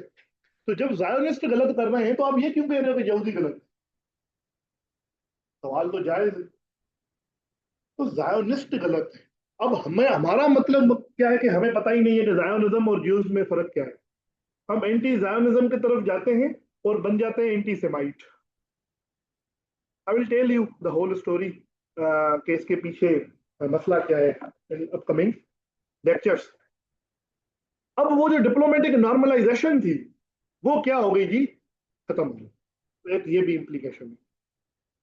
अब हमारा प्यारा पाकिस्तान, पाकिस्तान साहब के ऊपर कौन सी इम्प्लीकेशंस है? पाकिस्तान जैसे ही ये हमला हुआ तो पाकिस्तान ने कहा कि Israeli strikes is violation of Iran territorial sovereignty and label them blatant provocations. ये गलत हुआ है, सॉवरेनिटी खुद मुख्तारी को क्या हुआ है, ब्लेम किया है, और ये बड़ा ही घटिया काम किया है इसराइल ने। और हमारे जो फॉरेन मिनिस्ट्री थी उसने कहा the international community and the United Nations we are responsible to uphold international law, stop this aggression immediately and hold the aggressor accountable for its action।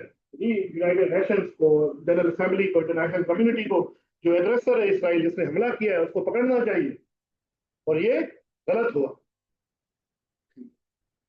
अब ये तो हमने कह दिया, अब हमारे भी तो कोई मसाइल है ना, हम भी फंसे हुए हैं। मैं बताता हूँ नीचे हमारे ऊपर ना मल्टीपल डोमेन्स के ऊपर इसका इम्पैक्ट आएगा। क्यों आएगा? क्योंकि ईरान हमारा हमसाया है, Iran is our neighbouring country, तो उसके मल्टीपल किस्म के कंसर्न है। एक है जी सिक्योरिटी कंसर्न। रजा रूमी साहब जो कि यूएस बेस्ड पाकिस्तानी एनालिस्ट हैं, वो कहते हैं कि as a country with close ties to the Gulf allies and a complex relationship with Iran, Pakistan will be under pressure to maintain neutrality while safeguarding its strategic interest। वो कहते हैं रजा रूमी साहब कि जी हमारे जो सादा रिलेशंस हैं वो है गल्फ कंट्रीज के साथ, सऊदी अरबिया, यूएई वगैरह के साथ। पैसा तो हम उधर से लेते हैं ना। हाँ, याद है शहबाज शरीफ गए थे कि मैं आया हूँ मांगने नहीं आया हूँ पर मजबूरी है, याद है ना? अब हमारे बड़े भाई और फिर वो अरबी में शुरू हो गए थे, खाजा मिलता पता नहीं क्या क्या कर रहे थे। हाँ, याद है ना? तो अब वो शहबाज शरीफ साहब पहुंच गए उधर, हम पहुंच जाते हैं उधर, ईरान से हमें पैसे तो नहीं मिल रहे बेसिकली। और दूसरा सबसे बड़ा जो हमारी वर्किंग क्लास है वो इधर गल्फ कंट्रीज में बैठी हुई है, दुबई के अंदर कमाने जाते हैं, जहां से रेमिटेंसेस आते हैं हमारे। अभी शहबाज शरीफ साहब कह रहे हैं $30 बिलियन आ गए हैं जी, तारीख तारीख रकम हो गई है। ये सारे वो हैं जो कि मजदूर है उधर, और उनकी कमाई पर हम सब खाते हैं इधर बैठ कर। ये सच्चाई है। अगर ये रेमिटेंसेस हर साल बंद हो जाए तो आपको क्या लगता है पाकिस्तान आगे ना बढ़े? कुछ ना कुछ अरब डॉलर्स जो हैं, 40-45 अरब डॉलर, कभी 30-35 अरब डॉलर्स रेमिटेंसेस की सूरत में मिल जाते हैं, तो हमारी इकोनॉमी को ना एक किक स्टार्ट मिल जाता है। तो ये सारे रेमिटेंसेस जो है वो किधर पड़े हुए हैं? Gulf countries. अब फंसे हुए हैं जी, ईरान की मदद भी करना चाहते हैं इधर अवाम शिया हजरात। आप हम सब ईरान को हीरो बनाकर घूम रहे थे, सऊदी अरबिया को गालियां दे रहे थे कि जी ईरान जो है वो डिफेंडर है पैलेस्टाइन का, और ये है कि वो है। अब आगे तो गवर्नमेंट को पता है ना कि अगर हमने कोई इन मिन छीन की और ये रेमिटेंसेस आना बंद हो गए तो आप लोग इसी बात पर गालियां दोगे कि भाई तुम लोगों से ऑयल के प्राइसेस कंट्रोल नहीं हो रहे हैं, इन्फ्लेशन बढ़ गई है, और बिजली महंगी हो गई है। मल्टीपल जो हम क्या कहते हैं रेस्पॉन्सिबल बनाते हैं, मल्टीपल चीजों के गवर्नमेंट की वजह से हो रहा है, और हमें ये नहीं पता होता कि जो प्रेशर हम दे रहे हैं उसका ही नतीजा है। फॉर एग्जाम्पल खान साहब की हुकूमत थी, let me defend Imran Khan for, Khan साहब की हुकूमत थी, तो आप सबको याद होगा कि मेडिसिन की जो प्राइसेस थी वो बहुत बढ़ गई थी। हाँ, और हम कह रहे थे कि जी खान साहब ऐसा वैसा बुरा भला बोल रहे थे। उसी टाइम ना उन्होंने कहा कि चलो जी, क्योंकि अगस्त 5 हुआ था, पुलवामा का हमला हुआ था, और हमारा जो ट्रेड है इंडिया के साथ क्या हो गया था, बंद हो गया था कि जी हम अब जो उसने कश्मीर का जो जो 370-35A वाला जो स्टेटस है वो खत्म किया है, तो हम क्या करते हैं उसके साथ ट्रेड नहीं करेंगे। अब बेसिकली अवाम को ये नहीं था पता कि जो मेडिसिन आती है वो इंडिया से आती है, क्योंकि हमारी फार्मास्यूटिकल इंडस्ट्री उस लेवल की है ही नहीं, तो वो आती थी किधर, इंडिया से। अब वही मेडिसिन, क्योंकि ट्रेड खत्म हो गया, वही मेडिसिन आ रही थी किधर से, यूरोप से। दुबई तो बाद में गए ना, पहले वो कहां से आ रही थी जी, यूरोप से। कॉस्ट बढ़ गई, टाइम बढ़ गया, प्राइसेस हाई हो गए, और रशिया यूक्रेन वॉर थी तो वैसे ही डॉलर ऊपर जाता जा रहा था, ऑयल के प्राइसेस इन्फ्लेशन में मेडिसिन महंगी हो गई। उस टाइम पर कैबिनेट ने ये कहा कि चलो जी इंडिया से ले लेते हैं, तो यहाँ पर हो इंडिया के साथ तुम लोग ट्रेड कर रहे हो। अब गवर्नमेंट दोनों तरफ से गालियां खा रही थी, इंडिया से मेडिसिन ले रहे हो, इस पर भी गालियां खा रही थी, और जो महंगी बेच रहे हैं उस पर भी गालियां खा रही थी। फिर एक बहुत बड़ा इन्वेंशन हुआ। हमने कहा कि आवाम को भी रोकना है और मेडिसिन भी लेनी है, हम क्या करें। हमने वही इंडिया वाली मेडिसिन इंडिया बेची थी दुबई के बिजनेसमैन को, हम उसको उसका प्रॉफिट देकर वही जो है दुबई से लेकर आते हैं, आवाम खुश हो। ये इंडिया से नहीं ले रहे, थोड़े से प्राइसेस भी कम हो। ये जो हमारा रिएक्शनरीपन है ना, ये हमें प्रैग्मेटिक नहीं होने, उसके रिएक्शंस आते हैं। तो हम फंसे हुए हैं, ये अब क्या करें। उसके बाद अगर इस्लामिस्ट रजीम तेहरान के अंदर चेंज होती है, तो ये जो हमारे बीएलए और बीएलएफ वाले भाई जो हैं ईरान के अंदर बैठे हुए हैं, उनको छोड़ना पड़ेगा ईरान। और वो छोड़कर किधर आएंगे वापस, पाकिस्तान बलूचिस्तान के अंदर। तो वो यहाँ पर आकर क्या करेंगे, आर्मी के ऊपर हमला, हाँ, मिलिट्री पर्सोनल्स के ऊपर हमला, बम धमाके। कल पता नहीं परसों में पड़ रहा था, पंजाबियों को उतारकर मार दिया उन्होंने। कल कल हुआ था ना, कल उन्होंने पंजाबियों को उतारकर 9 पंजाबियों को मार दिया। तो ये जो काम होगा, ये कब होगा, जब ईरान के अंदर रजीम चेंज हो जाएगी। फिर अगर आप देखो तो पाकिस्तान का वेस्टर्न बॉर्डर जो है, जो अफगानिस्तान के साथ बॉर्डर है, वो पहले से ही वोलेटाइल है। वहां पर हमारी फोर्सेस अलग से जो है वो फेस कर रही है, लड़ाई कर रही है तालिबानों के साथ और आईएसआईएस के साथ। फिर अगर ईरान का भी जंग लग गई, तो वहां से रिफ्यूजी क्राइसिस अलग होंगे। तो अफगानिस्तान के रिफ्यूजी इधर पहले बैठे हुए हैं, फिर ईरान के भी आएंगे, फिर उनके साथ हमारे बीएलए और बीएलएफ के भाई भी आ जाएंगे, फिर वो उड़ाना। फिर जैश उल अदल भी है। फिर मैं पढ़ाऊंगा ये आपको, जब मिलिट्री टेररिज्म पढ़ेंगे तो जैश उल अदल भी तो है, तो वो भी इधर आएंगे। जब वो सारी ऑर्गेनाइजेशन पाकिस्तान में इकट्ठी हो गई, अभी हम नहीं फेस कर पा रहे, तो फिर क्या होगा। तो पाकिस्तान के लिए एक बहुत बड़ा सिक्योरिटी चैलेंज बन जाएगा, थ्रेट बन जाएगा। रिफ्यूजी क्राइसिस अलग से बन जाएंगे। इकोनॉमिकली अगर आप देखो, तो अगर ऑयल की डिस्ट्रप्शंस होती हैं, तो हम जैसा मुल्क तो मर गया। क्योंकि रशिया यूक्रेन वॉर हुई, ऑयल की प्राइसेस बहुत बढ़ गई, सबसे बड़ा नुकसान हम जैसे कंट्रीज को हुआ ना। जो डेवलपिंग नेशन है, हमारे यहाँ इन्फ्लेशन हाई हो गई, हमारी गवर्नमेंट के पास कुछ भी नहीं था करने के लिए। तो जो इमरान खान ने 150 तक पेट्रोल की प्राइसेस रखी थी, वो गलत काम था उसका, नहीं करना चाहिए था, बढ़ाना चाहिए था। पर वो क्योंकि पकड़ना चाह रहा था कि जी नहीं, आवाम की सपोर्ट थोड़ी सी मिल जाएगी, तो आज भी हम कहते हैं कि भाई हमने 150 रखा था। तो कहने का मकसद क्या है कि वो एक गलत डिसीजन था। The prices of the petrol उस टाइम बढ़नी चाहिए, क्योंकि पाकिस्तान की इकोनॉमी के ऊपर बोझ आ रहा था। तो वही बोझ अभी आएगा अगर ये वॉर जो एक्सलेट हो गई और स्टेट ऑफ हार्मूज बंद हो गया।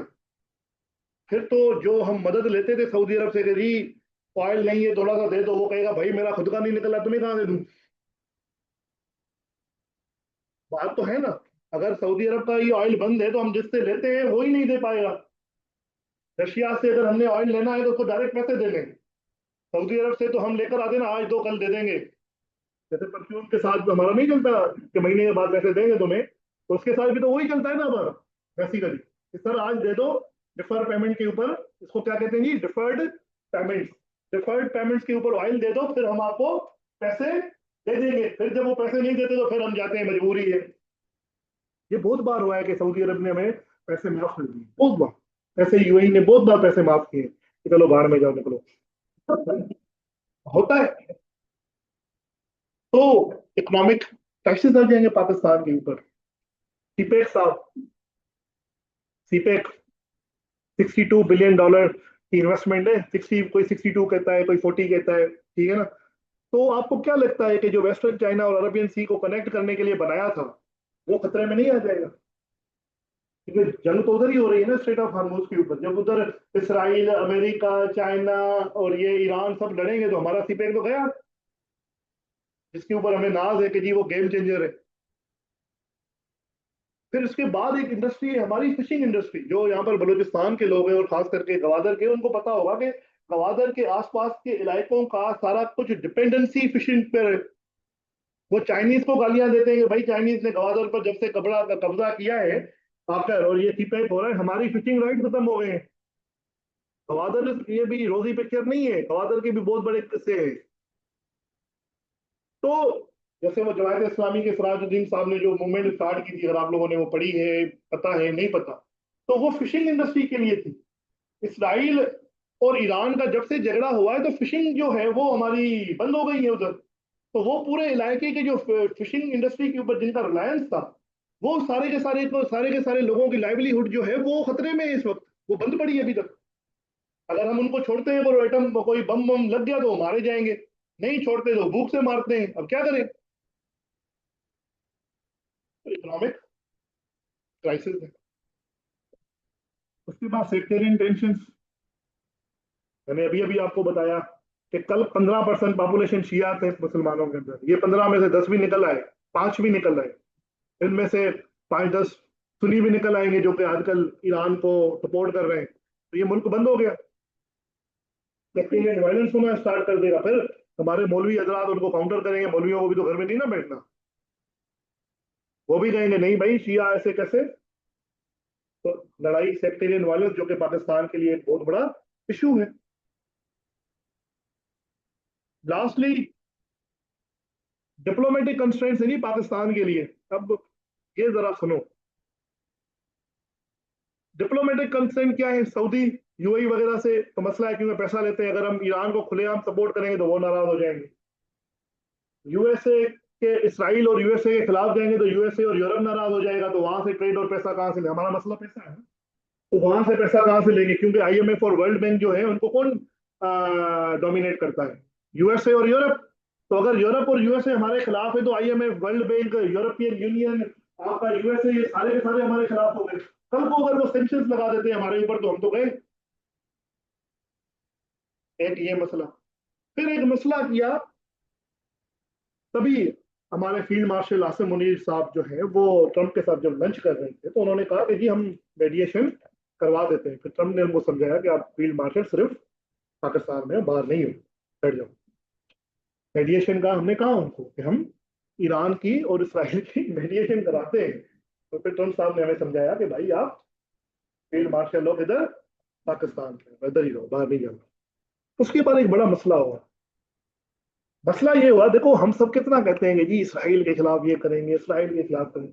आपको ये पता है कि जब आपने न्यूक्लियर बम बनाया था, आपने रिटर्न में दिया था, आपने रिटर्न में दिया था अमेरिका को भी, इसराइल को के भी, ये बम आपके लिए नहीं है, ये सिर्फ इंडिया के लिए है। रिटर्न में दिया तभी आपने ये बम बनाया था। अभी ईरानियन ऑफिशियल ने कहा कि पाकिस्तान ने हमें कहा है कि अगर इसराइल न्यूक्लियर हमला करेगा ईरान के ऊपर तो पाकिस्तान अपने बम से इसराइल को अटैक करेगा। तो उसके ऊपर हमारे इज्जत माब deputy prime minister and foreign minister साहबदार साहब ने क्या कहा, सुनो। उन्होंने कहा कि पाकिस्तान पूरा पढ़ो। Amid escalating tensions, Iranian officials claimed that Pakistan had assured Tehran of a nuclear response if Israel used nuclear weapons against Iran। जी पाकिस्तान क्या करेगा? न्यूक्लियर रिस्पॉन्स देगा इसराइल को। Pakistan swiftly denied these assertions. Dar labeled the claim as fabricated, irresponsible, reaffirming Pakistan's India-centric nuclear posture and commitment to regional peace। दार साहब उधर ही आया कि नहीं मेरे आता, नहीं नहीं ऐसा नहीं है, हमें सिर्फ इंडिया को मारना है। हमारा दुश्मन कौन है? इंडिया। इंडिया को अगर आएगा तो हम उसको ठोक देंगे, बाकी इसराइल जो चाहे करता रहे। और यहाँ पर हमें क्या लगता है कि हम जिहाद करेंगे इसराइल के खिलाफ। याद नहीं होना मेरे भाइयों। तो these were the implications on Pakistan. I hope कि ईरान इसराइल वॉर जो है आपको समझ आ गई हो। इंशाल्लाह इससे बाहर पेपर के अंदर कुछ नहीं जाता, बस सिर्फ इस डेटा को मोल्ड करना, तो आपका पेपर जो है वो आराम से हो जाएगा। और during the session I will tell you, जब हम राइटिंग करेंगे कैसे मोल्ड करना है, क्या करना है। ठीक है। तो आज लास्ट लेक्चर था, डेमो लेक्चर्स खत्म हो गए। This is how I teach. आप लोग ने चेक कर लिया मुझे। अब जो नेक्स्ट क्लास है वो थर्सडे से स्टार्ट होगी। नेक्स्ट वीक थर्सडे से, तो वो लोग अटेंड कर पाएंगे जो कि रजिस्टर्ड होंगे। ठीक है, आपका शुक्रिया।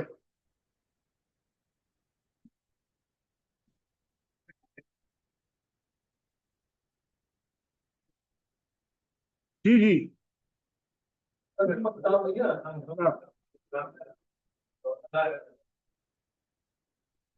इस राज साहब पूछ रहे थे।